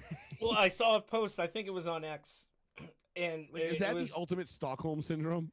I don't know what it is, but I love it because they do that. We nuked them twice, then they celebrate Twice. us like that, Twice, not For- once, twice. yeah. back to back, basically. It was like punching your wife in the face twice. Like she didn't learn her lesson the first time, so we're gonna blacken her other eye. Yeah, Jackie Gleason really sent her to the moon. The second It's like, time. guys, all we did was blow up a couple of boats, and you're like, "Here comes the sun." Yep. So we do that to them, and they fucking love us now. We've had a great relationship with them ever since. Well, I think we're their best ally, really. because Absolutely, without us, I you know, would Korea- consider them our number one, like in terms Korea. of like Yeah, Korea would have fucking nuked them already. if it wasn't for absolutely. us. So we do that to them, and they love us now. Meanwhile, we bail out countless European countries dozens of times in wars and financially, France. and they all fucking hate us. And guess what? I don't care. I don't like- either. I love when people try to use that like thing, like, "Oh, the whole world is laughing at us," and I'm like, I don't care. So I've seen what makes the whole world cheer. Their boos mean nothing to me. Like, I don't give a shit. and yet we still have people trying to come here illegally because if it's so bad, Yeah, exactly. why are you trying to break your way into it? Yeah, we're such a joke and we're so terrible that people are literally fucking breaking into the country illegally and risking, going to jail or deported to So, get here. It's funny, but that leads me to the red card that was pulled on one of the Mhm. U.S. players. I can't even. I know he goes by Flo. Bologna or something like that. Yeah. I heard about it over the weekend, then I finally saw it after it got overturned. But from what I saw of the video, it seemed incidental contact. The Mhm. opposing player basically ran into him trying to play the ball. And then FIFA basically, I don't know all their rules, but apparently they violated their own rules, that referee did, in like using slow-mo replay. And then Trump made a statement saying, "Hey, FIFA, can you look into it?" It got overturned. They were already looking into it, and now Europeans are pissed, and they're like, they should be disqualified from the rest of the tournament. You had their leader basically coerce or like basically strong arm FIFA into making that decision. It's like, no, even I don't know the rules, but after reading it, I was like, no, FIFA was that ref was wrong to do that, Yeah. and the right call was made ultimately. And right now, it doesn't seem to make that much of a difference unless the U.S. can tie it up. I mean, yeah, who knows? I don't know. I don't know. Again, like I I said, don't I don't know care either anything one about, way or another. Like, I don't know anything about soccer. And again, I don't care to because I think it's just a detestable game and it's stupid. what I can say though, at least the men's team isn't like they don't have any Megan Rapinos on their team, uh, making it a bummer just to even want to cheer for the U.S. Because at least these guys are going out there and they're like, no, we're happy to be here. Yeah, I mean Play that for was a our pretty country. hard. Looked like a pretty decent takedown right there by the American on the Belgian player, and they got up. No one flopped. No one cried. They just both got up and dapped it up and was like, "Yo, my bad, my bad." All right, That's cool. Like the way it should be in all sports, really. Yeah, that was pretty cool. All right, I mean, like little respect. At least I'll give the United States respect there because like the thing with the American team and like I get like the whole red flag thing before we move on to the actual game. The red card thing. Yeah, how dare you? Was like I know, right? It's like when you say like it's 1-0 and they're like it's 0, and I'm like no, it's 0, you dick. Yeah, maybe win a world war and then we'll accept your way of saying things. But nonetheless, I was watching like the fact that Trump like said something to it. Like I think what people forget is like FIFA is one of, if not the most corrupt sports organizations on the fucking planet. Like they are straight up garbage. They make the NCAA look like fucking like a Boy Scout. Like like it's pathetic. But the fact that Trump got involved with it and then they overturned the decision again, and this goes back to like me like when I said earlier about how like you can tell like when you piss off the right people. Mm-hmm. This is the same thing. Goes right back to the same thing about people trying to convince you that drone shows are now better than fireworks because Trump lit off fireworks.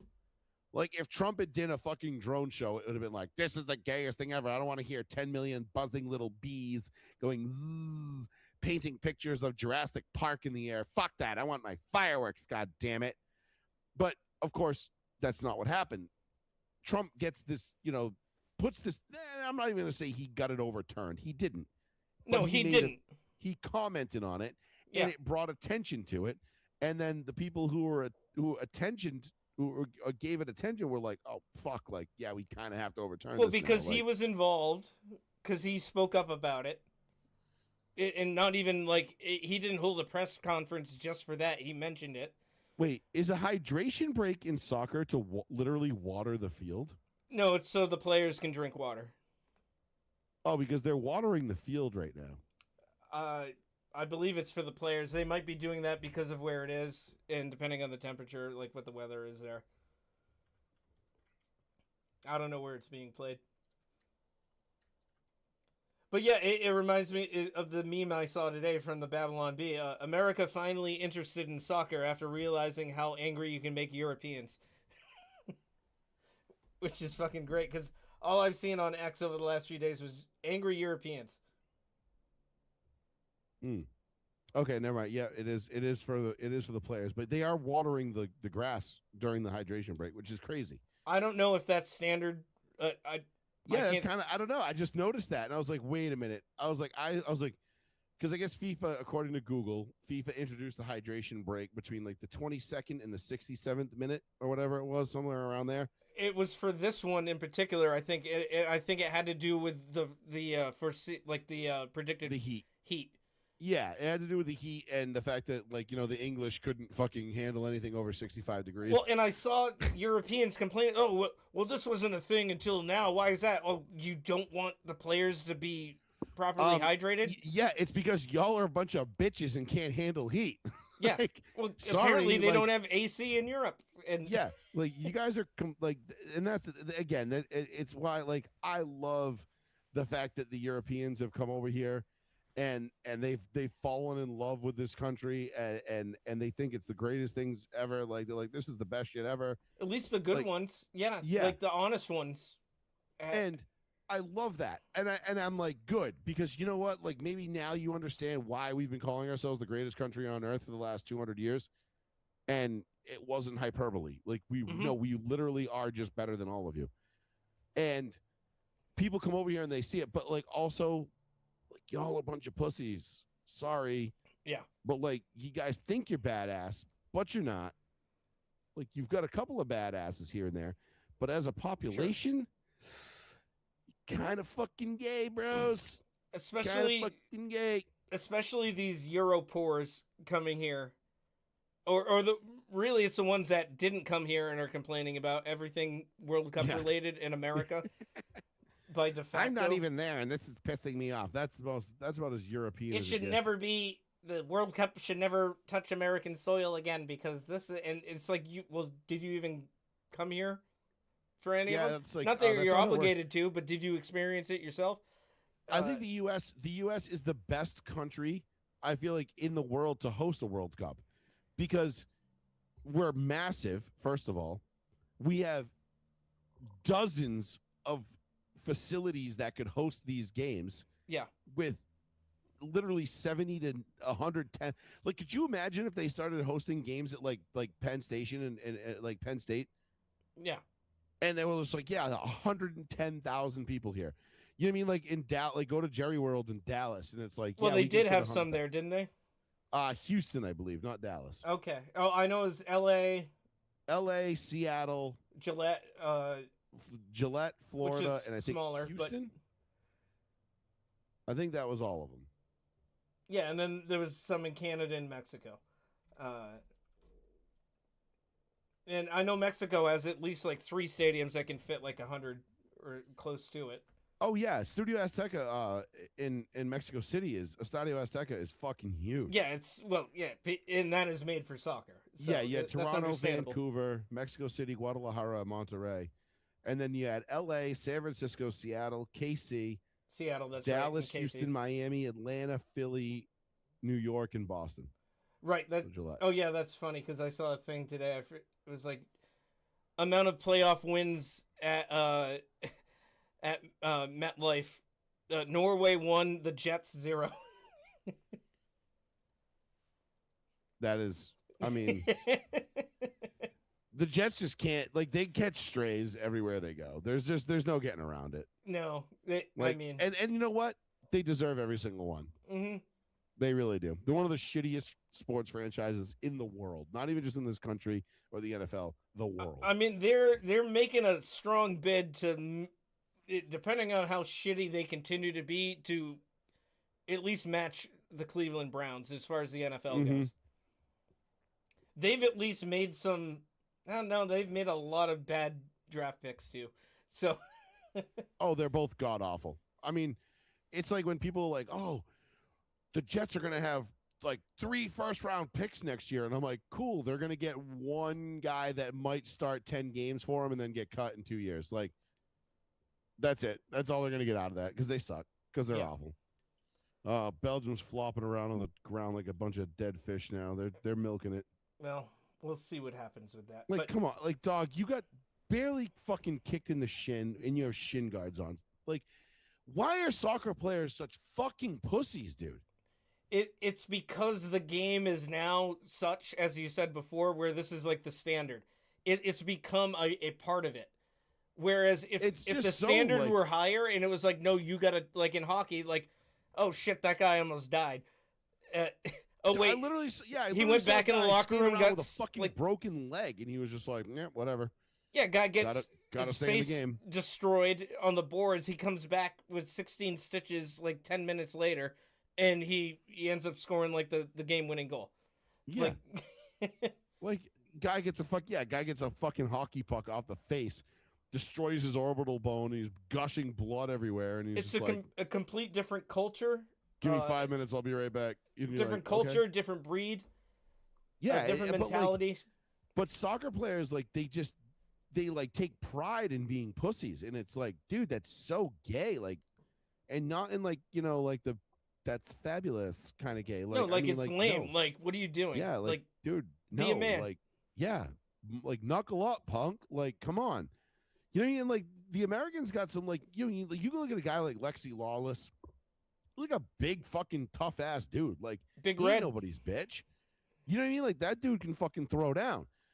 but he doesn't play the game like these guys either. Like Zinedine Zidane, he'll just walk up and fucking Headbutt you, yeah. You know what I mean? Like, and it's cool. But like some of these players, dude, it's like the way they gotta dive on the floor and then like milk the injury and like sell it. It's like, bro, you already got the whistle's already been blown, the foul's already been called. You don't have to pretend like it. You already struck oil. Quit drilling. Soccer, they phased out basically what used to be, well, what their equivalent of the hockey enforcer player was.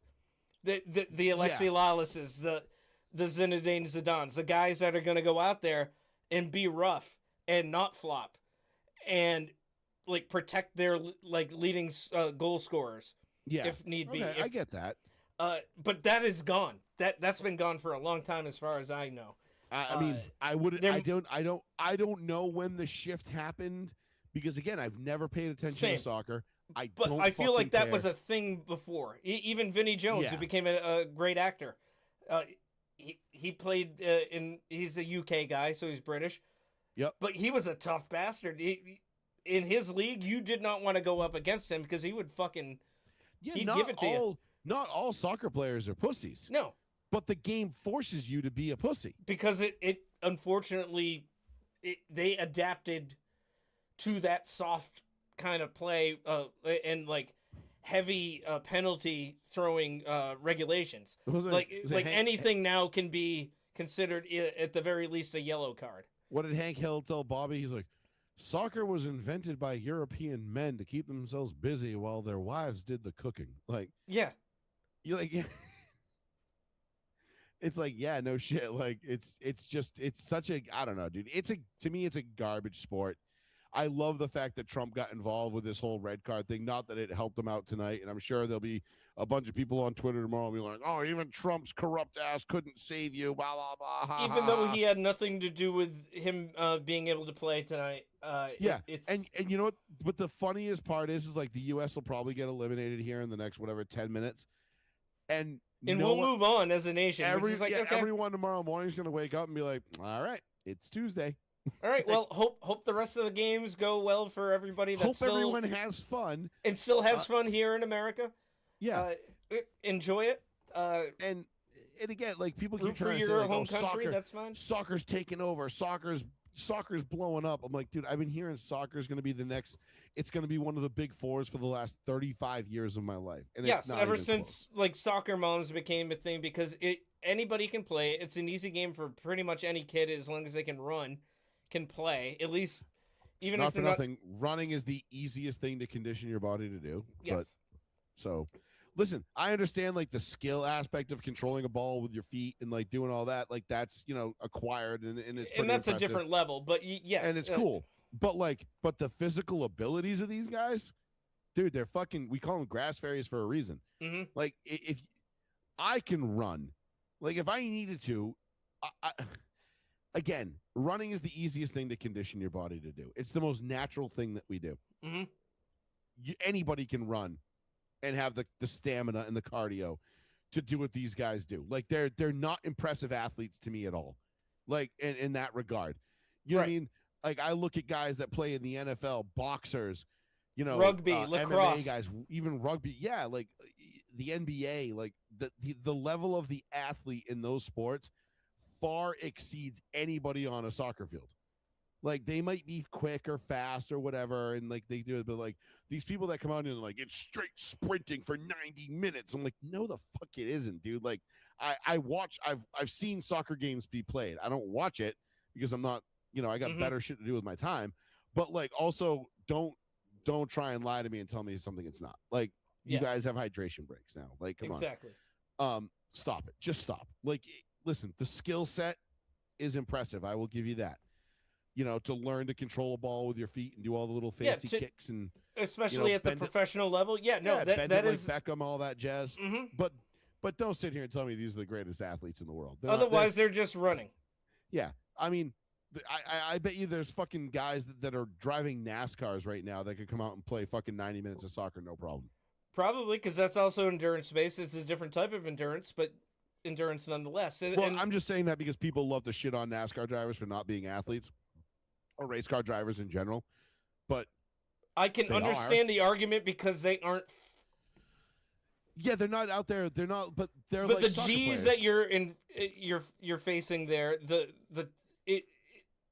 It's more. I am not a like, NASCAR guy, but I even understand that, like that aspect like, of it, and the racing endurance it takes to do a full race.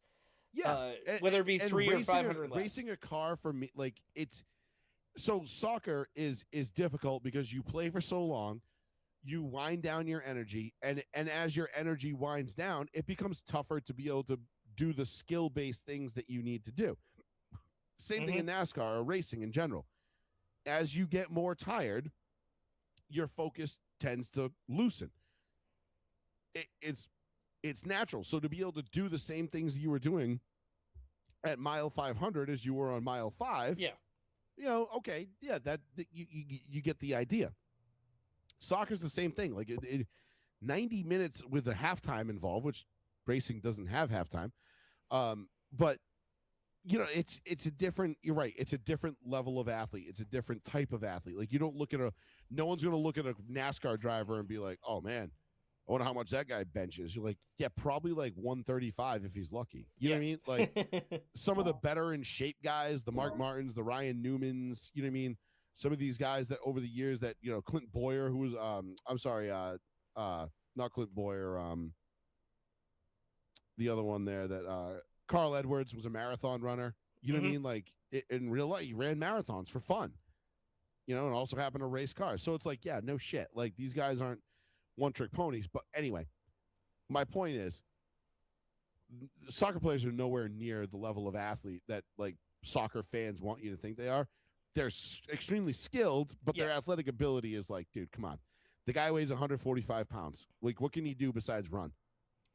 I would say you put Ronaldo up against a even like slightly above average rugby player. That rugby player is going to outrun him in a 40.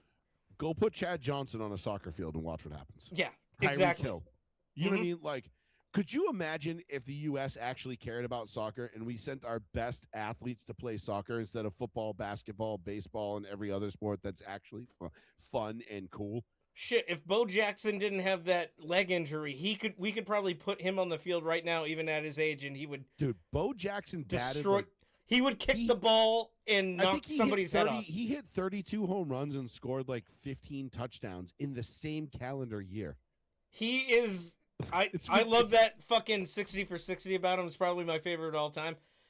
Because they mention it, he's like, he was already like a Paul Bunyan folk legend before he was like 10. Because he killed a hog by throwing a crab apple at its head. And like, he is the closest thing to a legitimate American folk hero. Hit directly in the fucking face by a crab apple, I can tell you that if you throw it hard enough, that thing will kill you. Oh, if Bo Jackson did it, for sure. Crab apples suck.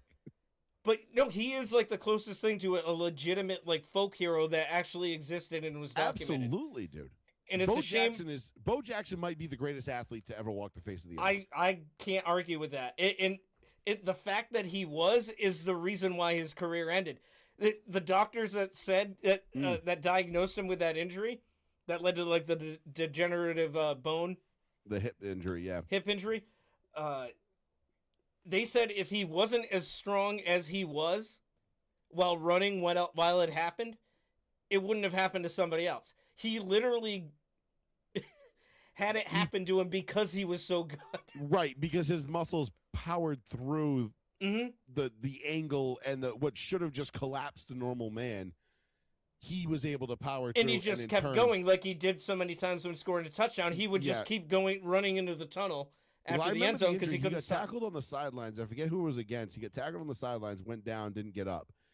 And it was like, and that was the end of his career. But it was like, because I think I want to say he ripped, was it an artery or a tendon? It was an artery that provides blood to the leg. Yeah, and he ripped it in the marrow. He literally could have lost his leg or died. But because it was Bo Jackson, he was like, guess I'll go do something else now. And it didn't happen because he was breaking bats over his leg. And I remember so many people trying to do that afterwards. It's like, and they're just, they like shattered their fucking... Bro, I tried to break a wooden bat that was already split at the handle over my leg one time. And it didn't go as I planned. You fell down, probably. and I had the fucking meanest bruise on my thigh. Of course you did, because he made it look like he was snapping a toothpick over his leg. Yeah. Well, But also his thighs were like 48. And he also put it. He also had a trick to it. Like he knew, like when the bat was like Yes. broken enough to do it. I was too stupid. I just thought it was brute strength, and it wasn't. It wasn't. But yeah, I paid the price for that one. It was fucking terrible. No, I've seen people do it like behind the knee. You know, they put it behind the knee for the leverage. Yeah. That's way easier. He would just snap it over his thigh. But yeah, yes, like you said, even crap. when weakened though, that's fucking ridiculous. Yeah, wood is really strong. I think especially a lot of people baseball forget bats. They're meant to be. Yeah, they're designed for that. That's why they're lathed out of one piece so that they don't fuck up. Like exactly. So there's no the grain isn't compromised. It's not right. weakened. This isn't Mr. Butler's class where you're gluing 3 boards together and then fucking cutting it out of one. And you're like, how'd I do? And it's all you're not making a lamp here. Yeah, a lamp. Nope. We're gonna take a tree trunk and we're gonna make a bat out of it. You're like, but the tree trunk is 4 feet wide. Exactly. We're gonna get to the center of this. Yeah, we gotta. Yeah, we're gonna lathe it down. I do. I miss wood shop so much. I mean, yeah, shop classes in general were the best. They were. For yeah, sure. it was. But to keep this whole thing, bring this back, put a happy little red bow on it. I'm so glad Yes. Trump got involved with it. Again, I know it doesn't matter. I'm gonna check the score for the last time. Oh, never mind. I changed it to billiards. That's right. It's still 3-1. Yeah, and honestly, I just don't care. It's at minute 88, so it's over. done. Yeah, it's 2 over. minutes left. But hey, anyway, guess what? I don't care. Every other team, good luck. Yeah, have fun. I mean, I'm probably not gonna watch anything else from here on out, so enjoy it, I guess. Congratulations to whoever wins. I mean, I was never invested in it really to begin with. If it was on, it was on. Like it was on in the break room like a week and a half ago when Ronaldo got 2 goals in that one game. I saw both of those. That was kind of cool to see. But other than that, like I just don't care. It's not our national sport. I just don't care. I understand why it is globally the most popular because it's the most easily accessible. You just need we call it poverty ball for a reason. Because that's what it is. You just need an open field that's mostly flat, 2 goals, and a ball. All you need is like 2 sticks to make a goal. Exactly. And if you find a dead cat somewhere, you inflate its stomach, tie off the intestines, and blow it up, and you're good to go. You got yourself a ball there. That's it, man. It's simple. So there's a reason why. There's a reason why it's the most popular sport in the world, because literally anyone with a dead cat can play it. And and Kelsey said, running isn't good for the knees though.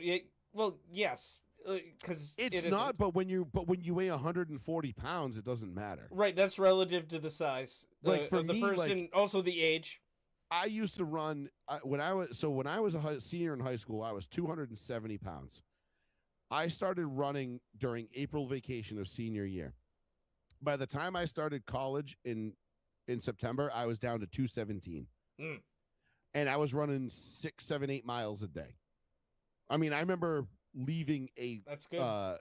Freshman year of college, after freshman year of college was over, going into sophomore year of college. I remember leaving a cookout at Horseneck from one of our good friends, like aunts had like a camper like out on Horseneck. Right, yeah. And I remember I was like, all right, I'm going to go home. I'm going to go get my run in, and then I'm going to come back. And I literally drove like the 25 minutes home from Horseneck, went for a run for an hour, and then drove the 25 minutes back. I was back in like 2.5 hours to the cookout. And it was like, you really just went home to run? Like, I didn't drink a beer. I didn't eat anything because I had to go run. And I'm like, no. And I was dedicated to it. And then I started lifting weights. And I kept trying to run while I was lifting. And then, things, as I added weight, things started to hurt. Yes. More. So running 6, 7 miles a day at 265, 270 pounds, of like muscle mass did not work out for me. Yeah, you got more weight coming down every goddamn step. Dude, it's science. crazy. And plus I have like, I developed arthritis in my knees, all this other shit. I did all the shit that I wish I had done things the way that I thought I should have been doing them back then too, especially when it came to like squatting and deadlifting and things like that. I wish I had listened to the meatheads less and done my own thing more, but that's neither Mhm. here nor there. It But is yes, what it is. running is bad for your knees, especially on pavement. Like if you run on grass or the beach or a soft surface, Mhm. treadmill even, it's really not that big of a deal. Lower If impact. you run on pavement like I did, yes, you are literally beating the fuck out of your body. Yep. I mean, that's why all tracks are made with that, like, Rubber. yeah, high resistance Yep. materials. Yeah, I used to drive out. When I was still running, like when I was training to go to Bridgewater, I wouldn't run on the street anymore. I would go out. I'd drive out to the high school and go run on the track. Yeah, it's, at least for the outdoor ones, I think it's still made from like recycled tires. Indoor is different. That's like more of a foam composite sort of thing. Yeah, the indoor one was nice. That's even softer. It's like slightly harder than like a wrestling mat. But my thing with running though was like it was so fucking boring. I used to love running on the street. Like I used to do a loop, like and you'll know the loop. I'll name you the streets. I would go up Palmer Street. Yep. To Howland Street, down Smith Street, down Rockland. Yep. Then bang a right on Russell's Mills, go all the way up to Red Gate, and then down Howland again. Yeah. And that was about 2 miles. That loop. That was like that was like one of my bike loops too. Yeah, I would do that. I would do that loop, 3 or 4 times a day. Mm-hmm. And that, good days. Sometimes I did, maybe I only got 2 laps in. I only did 4 miles, whatever. And then I started. But still, that's not bad, man. I would cut through the cemetery to add a little bit more. You know what I mean? Like there was change like it up a little bit, yeah. But yeah, my best, dude. I think I did 7 miles, just over 7 miles in like 50 minutes.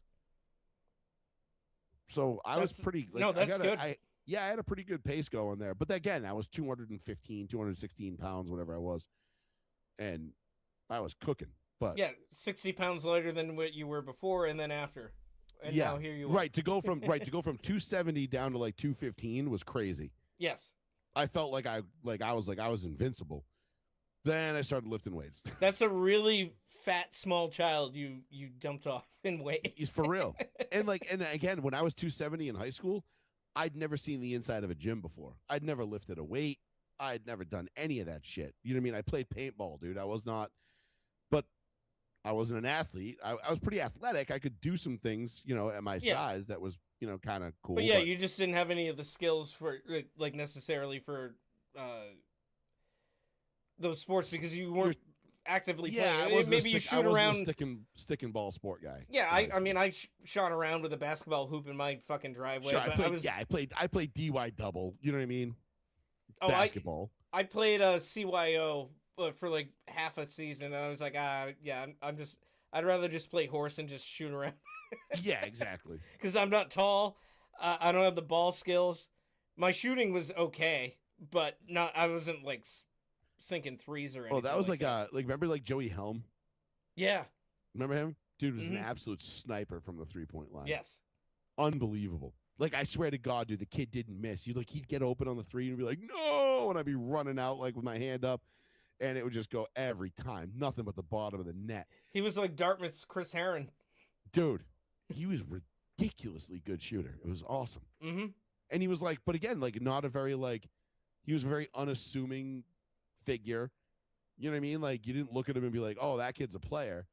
You know what I mean? He was kind of chubby. Like, you know what I mean? Like, not like, I don't know, I'm trying to be mean, but like, you know what I mean? He wasn't like in great shape. You know what I mean? He didn't look the part, if like you will. said, unassuming. It's just unassuming. He worked on his shots, and it But he showed. would go out there with like, his low top Adidases, Yeah, and just that you're like, fucking sinking rainbows left and right. And just crush us, dude. It was like, oh my God, he was awesome, dude. He was so much fun. Mm-hmm. Fun to watch. But absolutely. Not like soccer. No, soccer sucks. I still stand by that. And sorry. Belgium just scored it. Well, they scored another one. No. So yeah, I mean that's definitely it.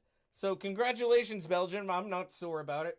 Hey, good game played by you, I guess. I don't know. I didn't. Honestly, I wouldn't even know the game was on if somebody didn't tell me.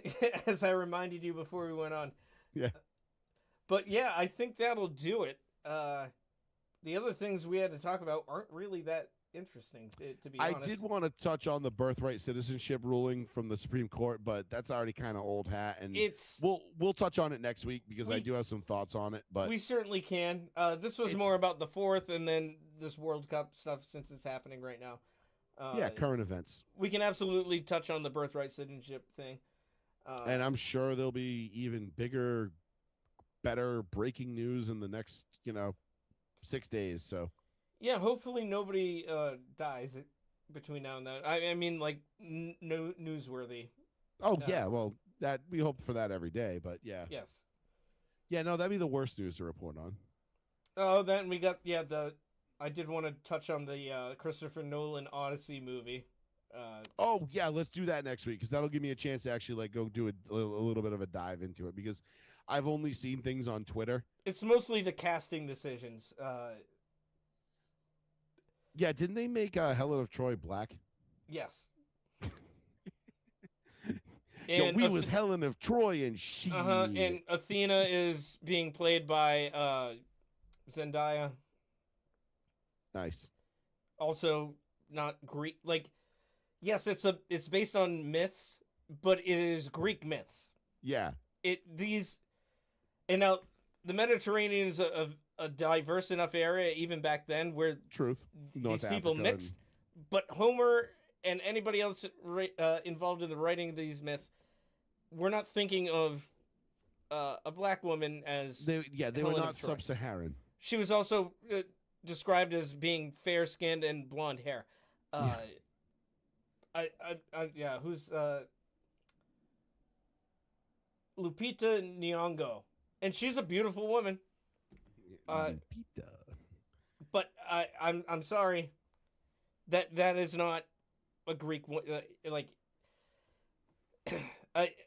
I don't have a dog in this fight because I'm not Greek whatsoever, but I love Greek mythology and mythology in general. Greek mythology is actually one of my favorite topics in school. Same, that and Norse, although we didn't talk that much about Norse. We didn't do a lot of Norse at Dartmouth High, I don't think. No, Greek is more classical. It is more influential. Right, because you had a lot more, like it was a lot more mainstream. And Greeks begat the Romans, so in Romans, Western civilization. Right. So it makes a little bit more sense that we know more about that. But I keep we that was stuff. Greeks and she. But yeah, that's basically what's happening, and I hold that in high regard as far as storytelling goes. And yeah, I do too. I'm still gonna see it.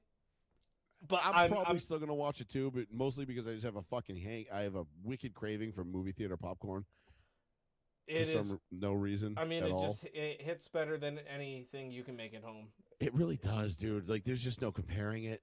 Although I got mad that they don't have the butter dispensers now. What? At least at AMC, not the one in Dartmouth.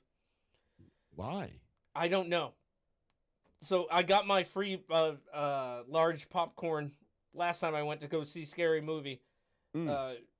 This is my birthday month, so I claimed that. I miss being able to put it under the butter dispenser, and you put it on top, and then you take a straw from the drink area. You put the straw down the middle, all the way to the bottom, and then you pour the butter through the straw, and then you raise the straw slightly every second or two, and then now you're evenly distributing the butter throughout the entire bucket. Yep. And it's such a fat guy thing to do, but it is the most. Yeah, it is like the most cut off my fucking feet. I want diabetes shit you'll ever see. But goddamn it, it's good. But I will still see that movie. It's a Christopher Nolan movie. It's the Odyssey. I'm gonna try to see it in IMAX because it's gonna look great. It is. Visually, it's gonna be stunning. I'll look past the casting aspect of it for a little bit, as long as I can. I'm not going to try to. I don't want to let it ruin the movie for me. I'm not. Because I feel like that's what they want. Like, I feel like they want you to. They want it to ruin the movie for you, so that you run to Twitter and talk about it. Well, there was the rumor that because they haven't revealed who was playing who until recently, at least for some of the characters. Very recently.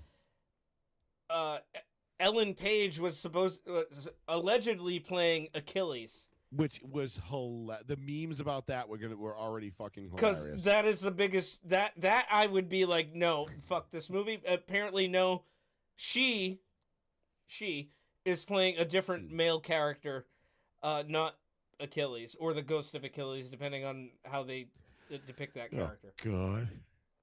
But regardless, she is still in it and playing a male. I can only imagine how fucking stupid her character is going to be. I just hope it doesn't ruin the movie because it does have a lot of potential. I believe their character is a minor one during the siege of Troy, and they die early in the movie, so Thank Christ. she won't be in it for too long. It's like Channing Tatum and G.I. Joe. Just gets smoked in the first 3 minutes because they didn't want to pay him. Oh, and the second one. Yeah. Yeah, because he played Duke in the first.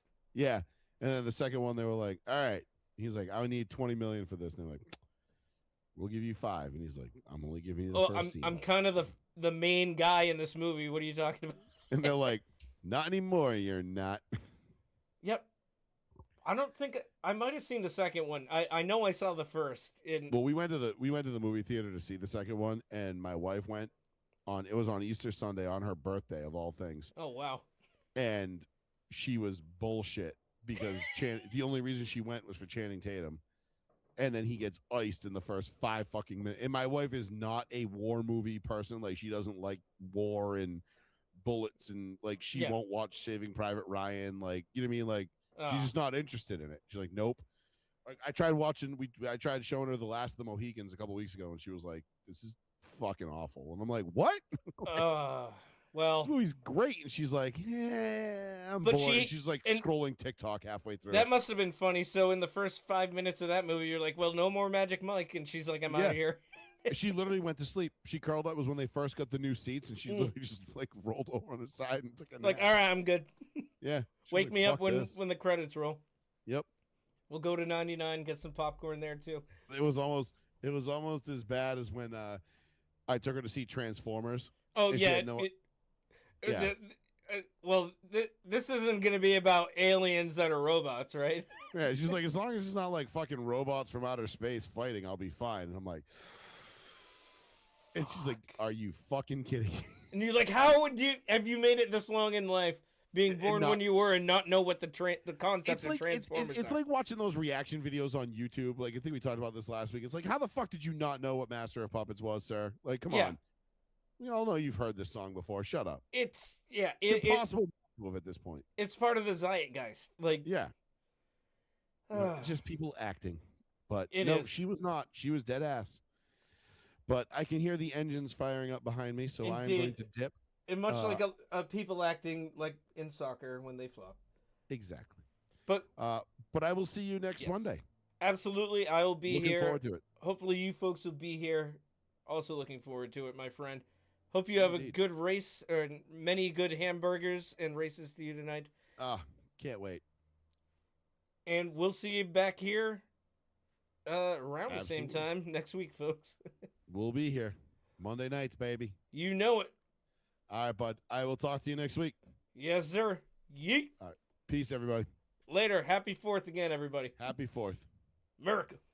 Fuck yeah. Ribbons. Yeah. God bless. God bless.